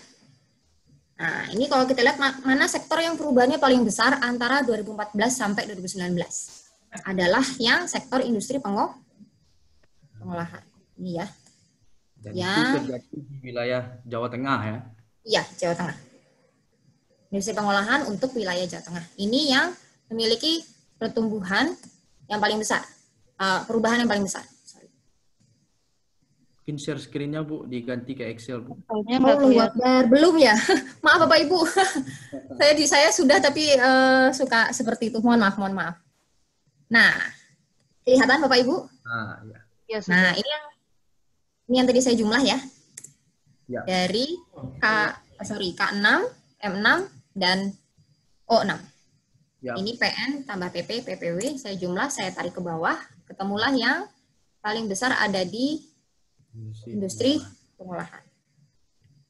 Nah, ini kalau Bapak Ibu mau menghitung juga secara rumus lain, yaitu perubahan antara PDRB Jawa Tengah tiap sektor di tahun yang kita analisis seperti ini, hasilnya akan sama. Sama dilihat. Jadi sebenarnya penjumlahan shift share ini menghitung perubahan PDRB daerah yang kita meneliti, itu dihitung dan kita lihat inti yang menyebabkan perubahan sebesar seperti itu dari apa saja, dari PN, PP, dan PPW. Ya. Ada lagi? Mungkin dikasih aja nama biar lengkap Bu. Baik.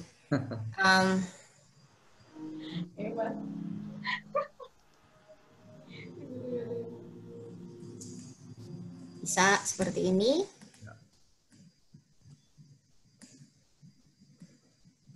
Ini saya hapus ya yang satu ini. Ada juga. Gak apa-apa Bu, sebagai pembanding Bu. Gak apa-apa. Oke, baik. Boleh. Saya nurut Pak. Sudah cukup Pak Alpon? Share ke bawah biar lengkap ya. Oh, mau ditarik ke bawah. Baik, siap. Sip. Ya. Nanti bisa di-share nggak Excel-nya ini, Ibu? Bu? Bisa. Ya, untuk kita semua. Yang LQ juga baru saya share tadi siang sepertinya Pak, apa pagi ya? Oh iya. Yang LQ juga sudah. Siap. Itu aja. Ada Bu. lagi? Terima kasih. Baik, sama-sama. Fahmi, saya kembalikan kepada Anda. Terima kasih Pak Alpon. Selanjutnya Ibu Josephine Natalia. Silahkan Bu. Terdeteksi raise hand beliau. Oleh sistem. Silakan Bu Josephine.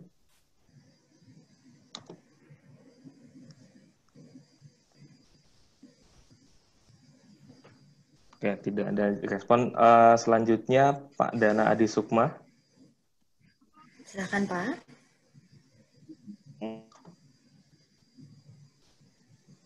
Ya. Sepertinya Ibu Josephine. Oh, Pak Dana, silakan.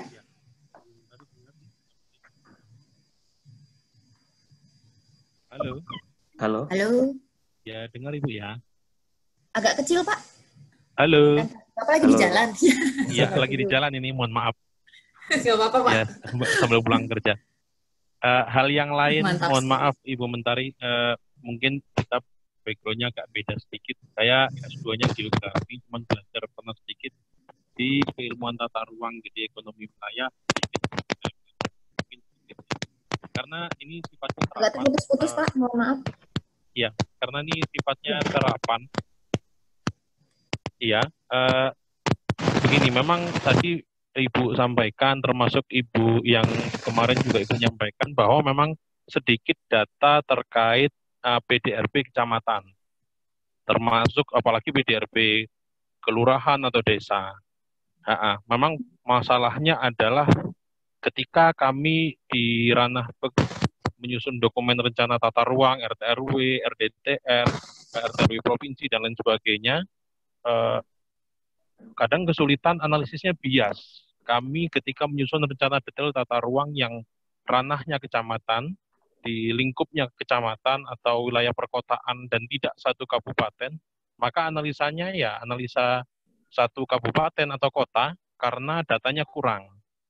Nah, ini kan bias. Seperti yang tadi Bapak atau Ibu yang sampaikan sebelumnya, bisa nggak perbandingannya satu tingkat di atasnya? Kalau kabupaten dibandingkan dengan data nasional, tentu bias. Para peneliti menganggap itu bias. Kami pun merasa itu bias. Di ranah praktisi juga bias. Tetapi bagaimana kalau menganalisa analisis perekonomian, misalnya SIFSER atau LP, input-output,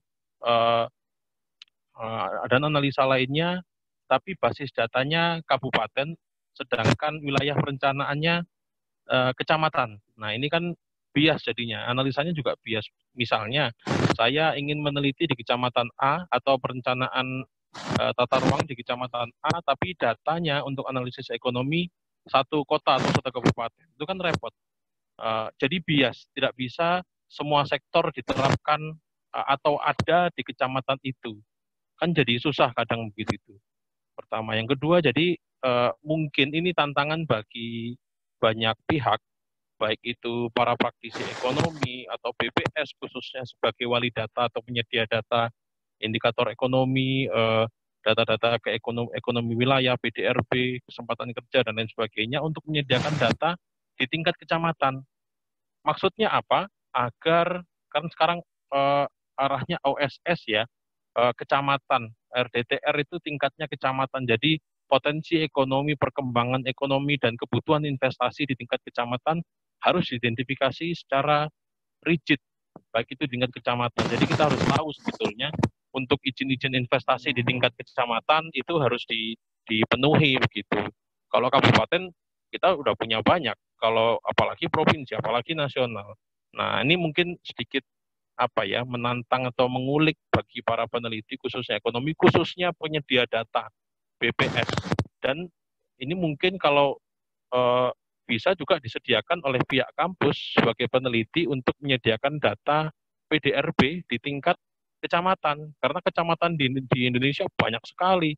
Kita temui di Kalimantan Timur saja, misalnya karena saya di Kalimantan Timur, itu ada kurang lebih 100 sekian kecamatan.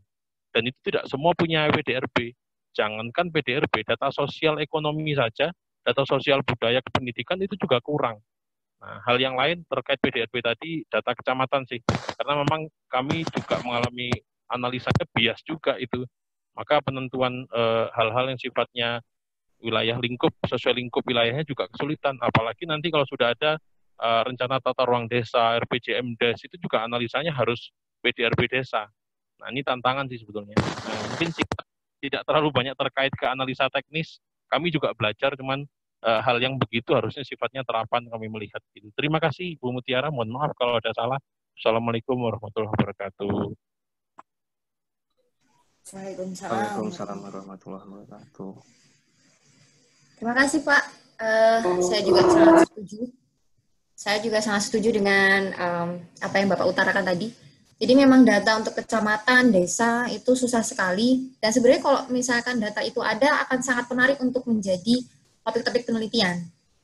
Karena mereka sangat unik dan sangat bervariasi dibandingkan kalau misalkan kita mau pakainya data yang lebih di level atas, kan mereka sudah diseragamkan untuk level lebih tinggi. Monggo Ibu Sarah kalau misalkan mau ada komentar, Bu. Iya, baik. Jadi memang sama ya Pak ya, kegelisahan dalam hal pengumpulan data itu memang dihadapi oleh semua pihak ya, oleh akademisi, peneliti, dan sebagainya. Jadi saya juga heran ya, kabupaten itu kadang-kadang kita juga bertanya-tanya kok di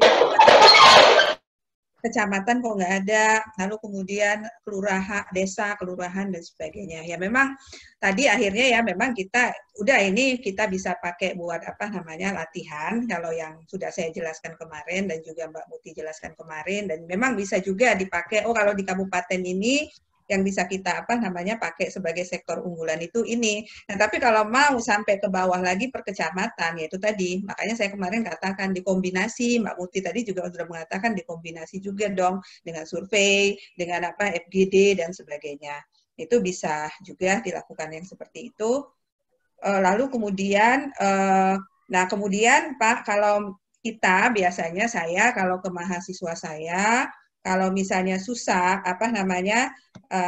untuk mengetahui kira-kira di desa atau kecamatan tersebut bisa dikembangkan sektor apa saja. Nah, kita lihat juga fasilitas pendukungnya ya. Misalnya di kabupaten kita sudah ada sektor yang menjadi sektor unggulan. Pertanyaan selanjutnya ingin dikembangkan di kecamatan mana? Nah, biasanya saya meminta mahasiswa itu menggunakan model skalogram. Skalogram, satu lagi itu apa, Bu?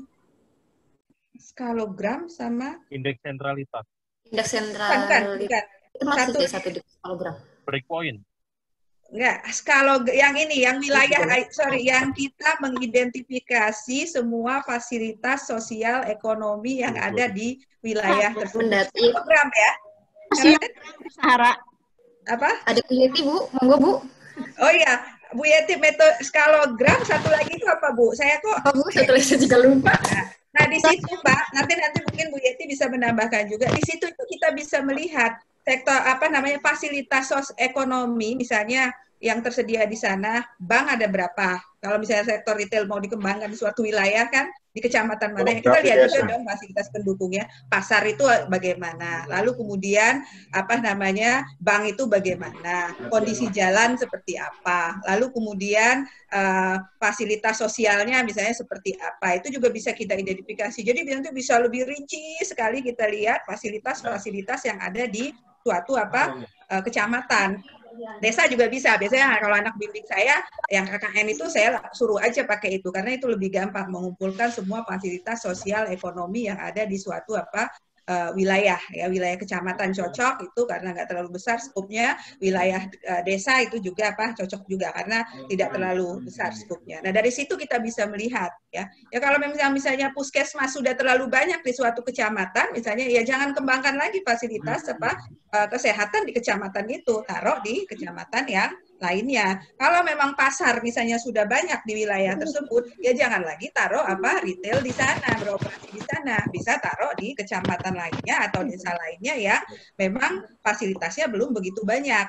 Misalnya juga industri itu bisa juga dilihat nanti. Kalau memang industri di daerah tersebut sudah agak banyak ya, maka kita pindah ke atau bisa menganjurkan di kecamatan atau di desa yang lainnya. Jadi seperti itu Pak. Biasanya kita lengkapi juga yang LQ, kemudian yang shift share ini dengan analisis-analisis yang lebih mikro seperti itu tadi. Ya, salah satu contohnya yang saya sebutkan tadi. FGD itu juga perlu.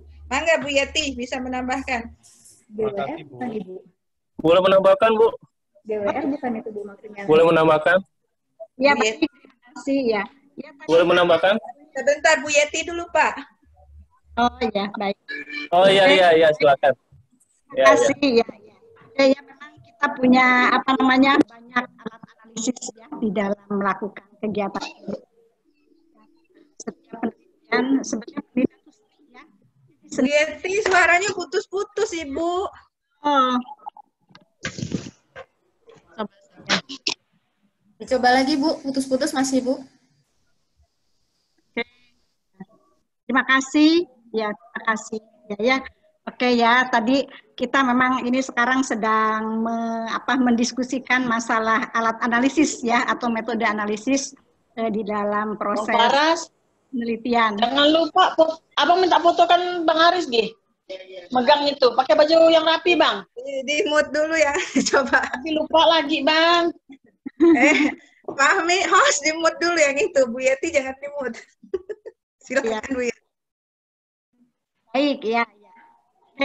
Memang menarik ya membicarakan metode atau alat analisis di dalam proses penelitian ya. Dan kita sebagai peneliti sebetulnya peneliti itu seni juga ya, karena masalah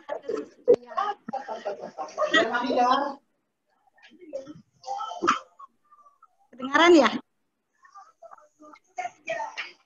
Terputus, Bu. Ya, kedengaran? Oke ya, jadi ya, sampai hari. Oh, ini nggak di-mute ini. Menjawab tujuan yang sama, banyak tersedia alat analisis seperti ada SIPSER, ada LQ, ada IO, hanya untuk menentukan misalnya leading sektor ya gitu. Nah, tetapi kita harus coba lah mau mana? Karena tidak ada yang paling bagus, tapi yang ada tuh paling sesuai gitu ya. Makan tuh orang asal-asal main. Kok meleleh-leleh. Host di mute dulu deh coba yang lain. Tapi Bu Yeti jangan. Atau kalau nge-mute yang lain, Bu Yeti juga ke-mute juga. Habisin tuh, capek lah.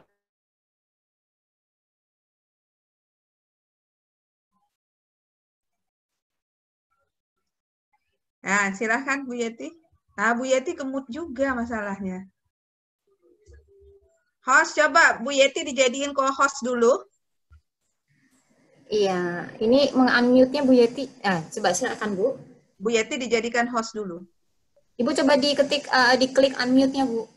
Sudah, silakan Bu. Baik, terima kasih ya. Oke, mungkin kembali ya sampai berulang-ulang nih ya. Oke, yang menarik ya membicarakan metode analisis atau alat analisis ya, karena kita menghadapi apalagi di zaman yang semakin berkembang ya, banyak tersedia alat analisis untuk menjawab tujuan yang sama itu terdapat beberapa alat analisis, dan dalam hal ini itu menuntut kreativitas kita ya, karena sebetulnya penelitian itu juga seni ya. Kenapa seni? Karena sebetulnya metode analisis pun tidak ada yang paling hebat, tetapi yang ada tuh mana yang paling tepat gitu ya. Jadi kita harus memilih mana yang paling tepat untuk tujuan penelitian kita. Seperti tadi dalam dalam pelatihan kita ini gitu ya, banyak alat analisis untuk bisa menentukan leading sektor. Ada SIPSER, ada kemudian LQ, ada IO gitu. Tiga-tiganya itu bisa menentukan leading sektor ya. Tetapi mana yang paling tepat begitu ya. Nah, itu setiap alat analisis punya kelebihan kelemahan. Nah, terkait tadi dengan pertanyaan mengenai keterbatasan ya di dalam menggunakan alat analisis, keterbatasan data khususnya begitu ya. Dan kita bisa juga menangani keterbatasan itu dengan alat analisis lain seperti tadi Bu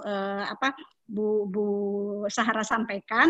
Diantaranya itu adalah kalau untuk analisis ekonomi wilayah kita bisa menggunakan skalogram dan sosiogram untuk bisa mengembangkan misalnya tadi mengembangkan bagaimana wilayah-wilayah itu agar bisa lebih berkembang dilihat dari ketersediaan infrastruktur ya, karena kita tahu bersama banyak sekali hasil studi menunjukkan bahwa infrastruktur ini merupakan salah satu faktor penentu pertumbuhan ekonomi wilayah. Nah, skalogram dan sosiogram itu adalah dua alat analisis sebetulnya yang saling mendukung. Ya, skalogram itu alat analisis untuk bisa menentukan meranking ya antar wilayah pada suatu wilayah yang besar, misalnya katakan antar kecamatan. Mana kalau di ranking kecamatan mana yang punya infrastruktur dari mulai infrastruktur sosial, ekonomi ya dan sosial ekonomi yang paling tinggi sampai pada paling rendah, kita tahu mana pusat pertumbuhan atau bagaimana mengembangkan wilayah lain kalau infrastrukturnya masih lemah, kita bisa lihat dari ranking skalogram. Nah, kemudian juga tidak cukup dengan skalogram, agar lebih bisa digunakan skalogram itu juga dilengkapi dengan sosiogram. Nah, sosiogram itu alat analisis itu lebih kepada melihat mobilitas masyarakat di dalam mengakses sarana prasarana sosial ekonomi. Jadi walaupun suatu wilayah itu sarana prasarananya paling tinggi kalau di ranking ya, atau kita identifikasi, tapi belum tentu masyarakat itu dalam menggunakan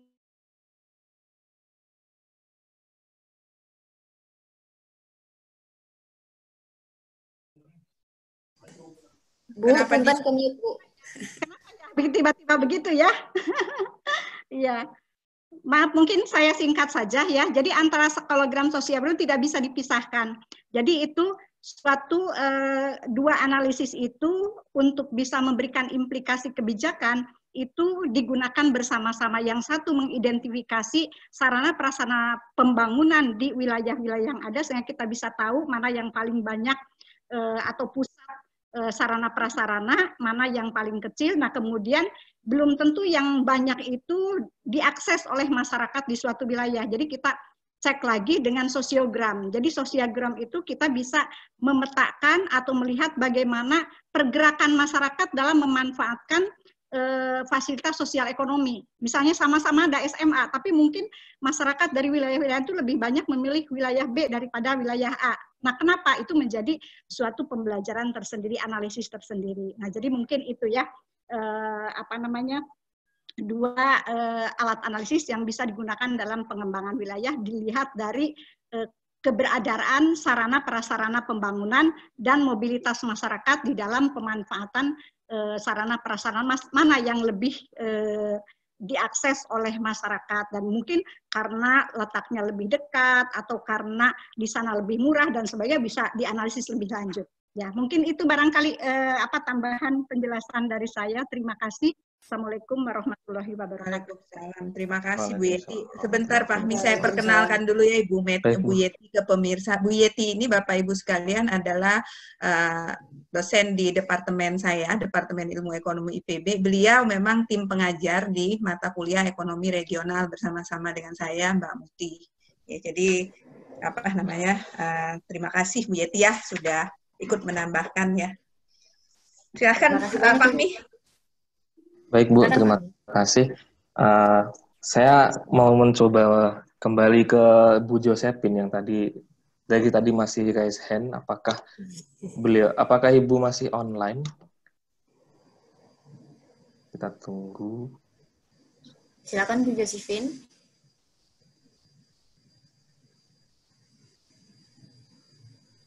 Sepertinya belum ada respon lagi. Baik, saya lanjutkan ke pertanyaan yang masuk melalui chat ya. Silakan Pak. Di sini ada pertanyaan terkait tadi shift share yang dipresentasikan atau yang klasik ini dengan yang dynamic shift share ya. Pada kondisi apa sebaiknya kita memutuskan untuk menggunakan masing-masingnya tersebut, Mbak? Kemudian pertanyaan yang selain itu, apakah analisis shift share ini juga bisa diaplikasikan pada posisi yang tingkat yang lebih tinggi lagi, misalkan PDB negara dengan PDB dunia seperti itu? Baik, sudah Fahmi? Itu aja ya, itu dulu ya? Sudah itu dulu, Mbak. Oke, baik. Untuk yang pertama mengenai dynamic shift share dengan yang statik yang biasa, yang klasik ini, sebenarnya tergantung dari argumentasi serta tujuan penelitiannya Bapak Ibu. Jadi kalau misalkan yang klasik ini kan sebenarnya sudah banyak penelitian juga yang menggunakan classic shift share dan sudah cukup bisa menangkap bagaimana pertumbuhan sektor di dua kurun waktu yang kita gunakan sebagai periode penelitian. Namun memang ada kritik setelah itu bahwa shift share itu ternyata di tengah-tengah periode itu tidak tertangkap. Karena kan kita datanya hanya pakai data awal sama data akhir. Jadi di tengah-tengahnya data tangkap baru ada modifikasi dengan menggunakan dynamic shift share. Artinya kalau misalkan Bapak Ibu merasa argumentasinya adalah sangat penting untuk melihat perubahan dan perkembangan di tiap tahunnya, maka ya bisa menggunakan dynamic shift share. Cuman memang pendalaman dynamic shift share ini masih kurang di bagian saya sendiri. Tadi juga sudah saya share di chat mengenai link PDF jurnal yang menggunakan yang mengulas tentang dynamic shift share. Jika Bapak Ibu ada yang bisa mengakses, bisa membaca juga. Tapi inti dasarnya adalah tergantung dari argumentasi dan juga tujuan dari penelitian Bapak Ibu itu sendiri. Begitu. Kemudian untuk yang kedua, jika menggunakan PDB dunia, itu sepertinya sudah keluar dari topik regional. Jadi saya takutnya malah jadi kita akan membahasnya bukan lagi melihat pertumbuhan di tiap wilayah di satu negara Indonesia, tapi kita memang melihatnya untuk perbandingan antar negara dengan dunianya. Jadi sepertinya sudah tidak masuk dalam ranah regional sih, ekonomi regional. Mungkin Ibu Sarah jika ada yang ingin ditambahkan, Bu? Cukup, kalau yang sudah antar negara itu nanti perdagangan internasional aja. Bisa pakai GTAP tuh lebih lebih advance lagi ya. Kalau ini kan makanya kemarin saya katakan kita mulai dulu dari yang sederhana, LQ, chip share bertahap, nanti IO, nanti kemudian CGE dan seterusnya ya. Nah, tapi memang untuk sampai ke yang level yang advance itu kan kita yang sederhana juga tahu. Bukan berarti nanti ketika sudah itu ini ditinggalkan, enggak. Tergantung juga tadi seperti yang saya katakan ketersediaan data juga. Ingat, IO misalnya lebih unggul dibandingkan dengan LQ dan shift share karena bisa melihat keterkaitan antar wilayah. Tapi ingat, tidak semua provinsi atau kabupaten di Indonesia kan punya IO. Maka kalau kasus seperti itu ya shift share why not, bisa dipakai. Lalu kemudian LQ bisa juga dipakai, nggak apa-apa. Tidak salah juga peneliti kalau menggunakan yang alat-alat yang sederhana tadi. Nah, tadi Bu Yeti kan sudah menambahkan bahwa ya dikombinasi juga dengan alat analisis yang lain. Nah, sehingga itu nanti dalam hal pembangunan wilayah kita bisa menentukan misalnya kalau membangun di sektor pertanian itu di kecamatan yang mana, di desa mana, itu bisa kita tentukan dengan tepat seperti itu. Karena pengalaman saya juga Bapak Ibu, ada suatu wilayah ya, ada stasiun agribisnis di wilayah tersebut. Nah, tetapi kemudian saya lihat, saya nggak usah sebutkan ya tempatnya ya. Lalu kemudian saya lihat, loh kok jarang diakses. Nah, ini yang Bu Yeti katakan tadi, jarang petani itu menggunakan menjual produknya ke stasiun agribisnis itu. Ternyata ketika saya tanya, itu kenapa? Oh, ternyata alasan pembangunannya itu politis sekali gara-gara anggota DPRD-nya itu dari desa itu. Padahal kalau mau dibangun harusnya di desa sebelahnya, karena di desa sebelahnya itu pasar yang sederhana untuk penjualan produk pertanian itu sebenarnya sudah ada. Jadi, nah hal-hal seperti itu maksudnya dalam hal pembangunan wilayah. Nah, kita menentukannya itu dari potensi atau dari pergerakan, bisa dari pergerakan yang Ibu Yeti katakan tadi, ketika petani itu menjual, mereka larinya ke desa mana dan sebagainya itu, atau ke wilayah mana, itu bisa terlihat jelas. Jadi seperti itu kira-kira tambahan dari saya. Terima kasih, Bu. Terima kasih, Bu. Baik, di sini saya lihat Pak Deden raise hand ya, memang benar seperti itu ya. Pak Deden mau nanya apa, Pak Deden? Kenapa nggak nanya ke Bu Sarah aja, Pak? Waduh. Nanti Bu aja jawab. Oh gitu. Jadi Pak Deden nanya, jadi. Pak Deden silakan Pak, kalau mau bertanya Pak. Bapak raising hand. Di-unmute dulu Pak Ahmi. Oh iya Bu.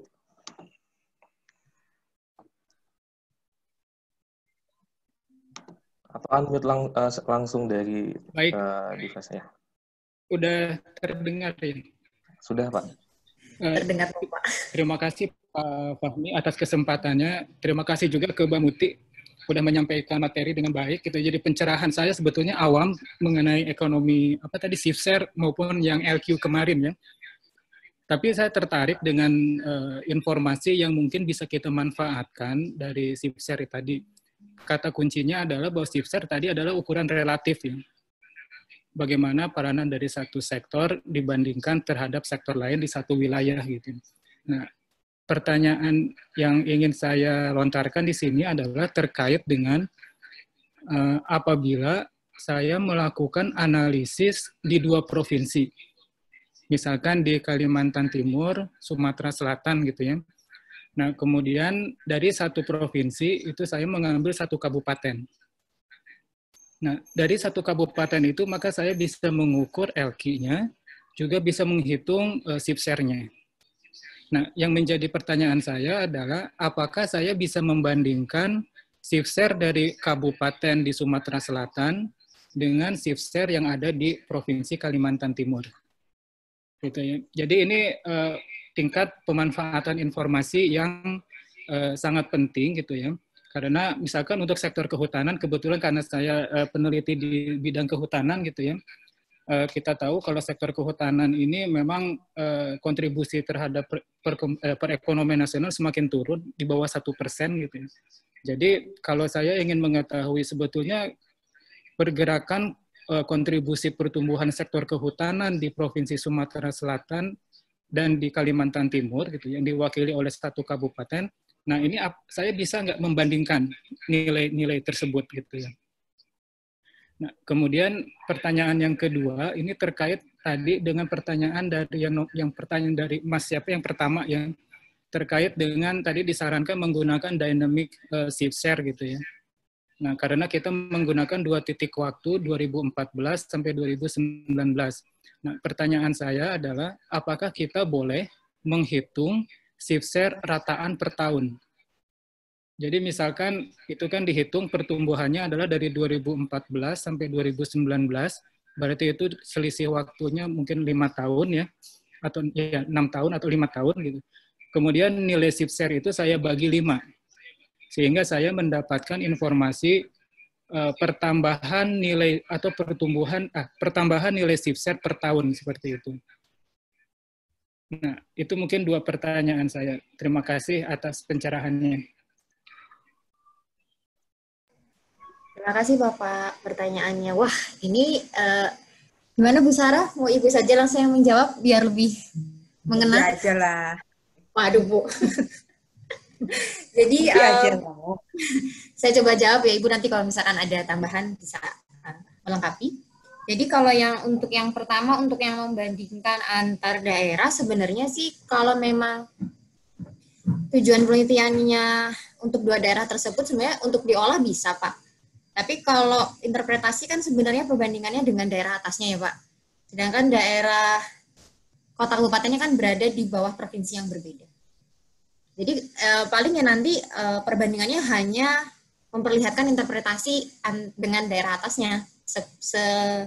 Pengetahuan saya seperti itu Pak. Jadi saya kurang yakin kalau mau membandingkan langsung antar kabupatennya dengan provinsi yang berbeda. Karena kan untuk interpretasinya sendiri adalah dengan wilayah yang atasnya di dalam formulanya itu tersebut. Untuk Bu Sarah mungkin kalau misalkan ada yang kurang tepat atau mau ditambahkan Bu, untuk yang pertanyaan pertama dari Pak Deden. Sudah, Bu, itu jawabannya. Oh iya, baik Bu. Untuk yang kedua, mengenai rata-rata ya tadi. Rata-rata di 2 kurun waktu tersebut, kemudian di rata-rata tergantung dari berapa banyak tahun yang ada di dalam periode tersebut. Ini saya kurang yakin Bu. Apakah Ibu bisa membantu saya Bu untuk menjawab yang di bagian pertanyaan kedua Pak Deden? Apakah boleh Bu untuk di rata-rata di bagian itu? Jadi shift share ini kan sebenarnya ya untuk melihat pergeseran sektor-sektor ya yang ada di suatu wilayah ya. Ya kalau memang hanya ingin melihat apakah dia sektor unggulan atau bukan, ya pakai LQ juga cukup, nggak perlu pakai shift share. Yang ngapain kita ngelihat pergeseran setiap tahun ya. Toh pakai LQ juga udah kelihatan nanti itu berubah atau tidak kan. Ya shift share ini dia selama 5 tahun, misalkan kalau kita kan sekarang itu kan sektor pertanian kan misalnya memang jangka panjang kan perubahan atau pergeseran antar sektoral itu kan. Jadi pertanian kan dulu mendominasi di PDB Indonesia, tapi kan kemudian share-nya kan semakin lama semakin menurun, digantikan oleh sektor industri. Dan nanti kalau industri udah ini kan tahapan berikutnya kan harusnya ke sektor jasa ya dan seterusnya ya. Jadi itu 3 itu kan. Nah, kalau memang ingin melihat per tahun ya nggak perlu saya kira pakai ship share ya. Ship share itu ya kita bisa menggunakannya ya 5 tahun biasanya ya, kita lihat itu 5 tahun itu kan cukup untuk melihat apakah telah terjadi pergeseran sektoral, transformasi sektoral itu terjadi atau tidak. Mungkin setelah 5 tahun sektor pertanian di wilayah tersebut share-nya mungkin sudah mulai menurun dibandingkan dengan sektor-sektor lainnya yang ada di wilayah tersebut. Seperti itu kira-kira. Jadi pergeseran antar sektor itu kita lebih baik menggunakan ship share dibandingkan dengan TLQ. Itu tambahan dari saya. Nanti saya tambahin sendiri deh, orangnya lagi di rumah sebelah kayaknya. Rumah aja pakai sebelah, Ibu. Terima kasih Ibu atas tambahannya. Silakan mungkin Fahmi, saya kembalikan. Baik, ini dari waktu sudah 17.30 ya, jadi mungkin untuk sesi diskusi saya tutup ya. Memang masih ada.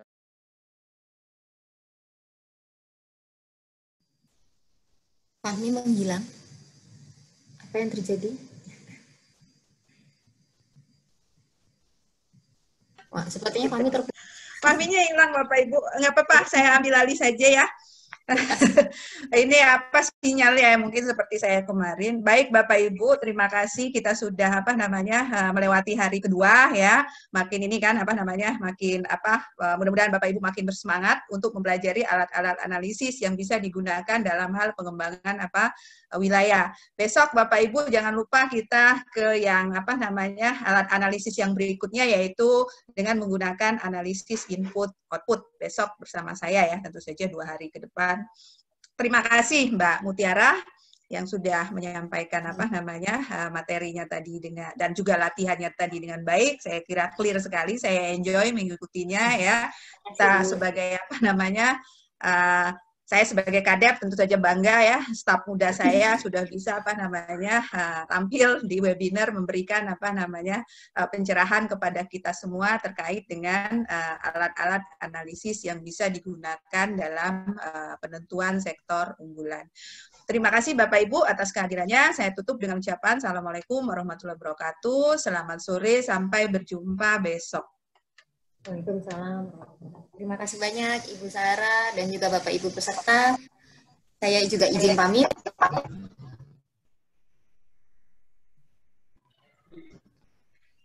Izin live ya Bapak Ibu. Silakan Bu, saya juga izin live ya Bapak Ibu. Terima kasih banyak. Terima kasih, mohon izin kepada semuanya ya. Ya, sukses untuk hari ini dan sukses besok. Assalamualaikum, mohon izin live.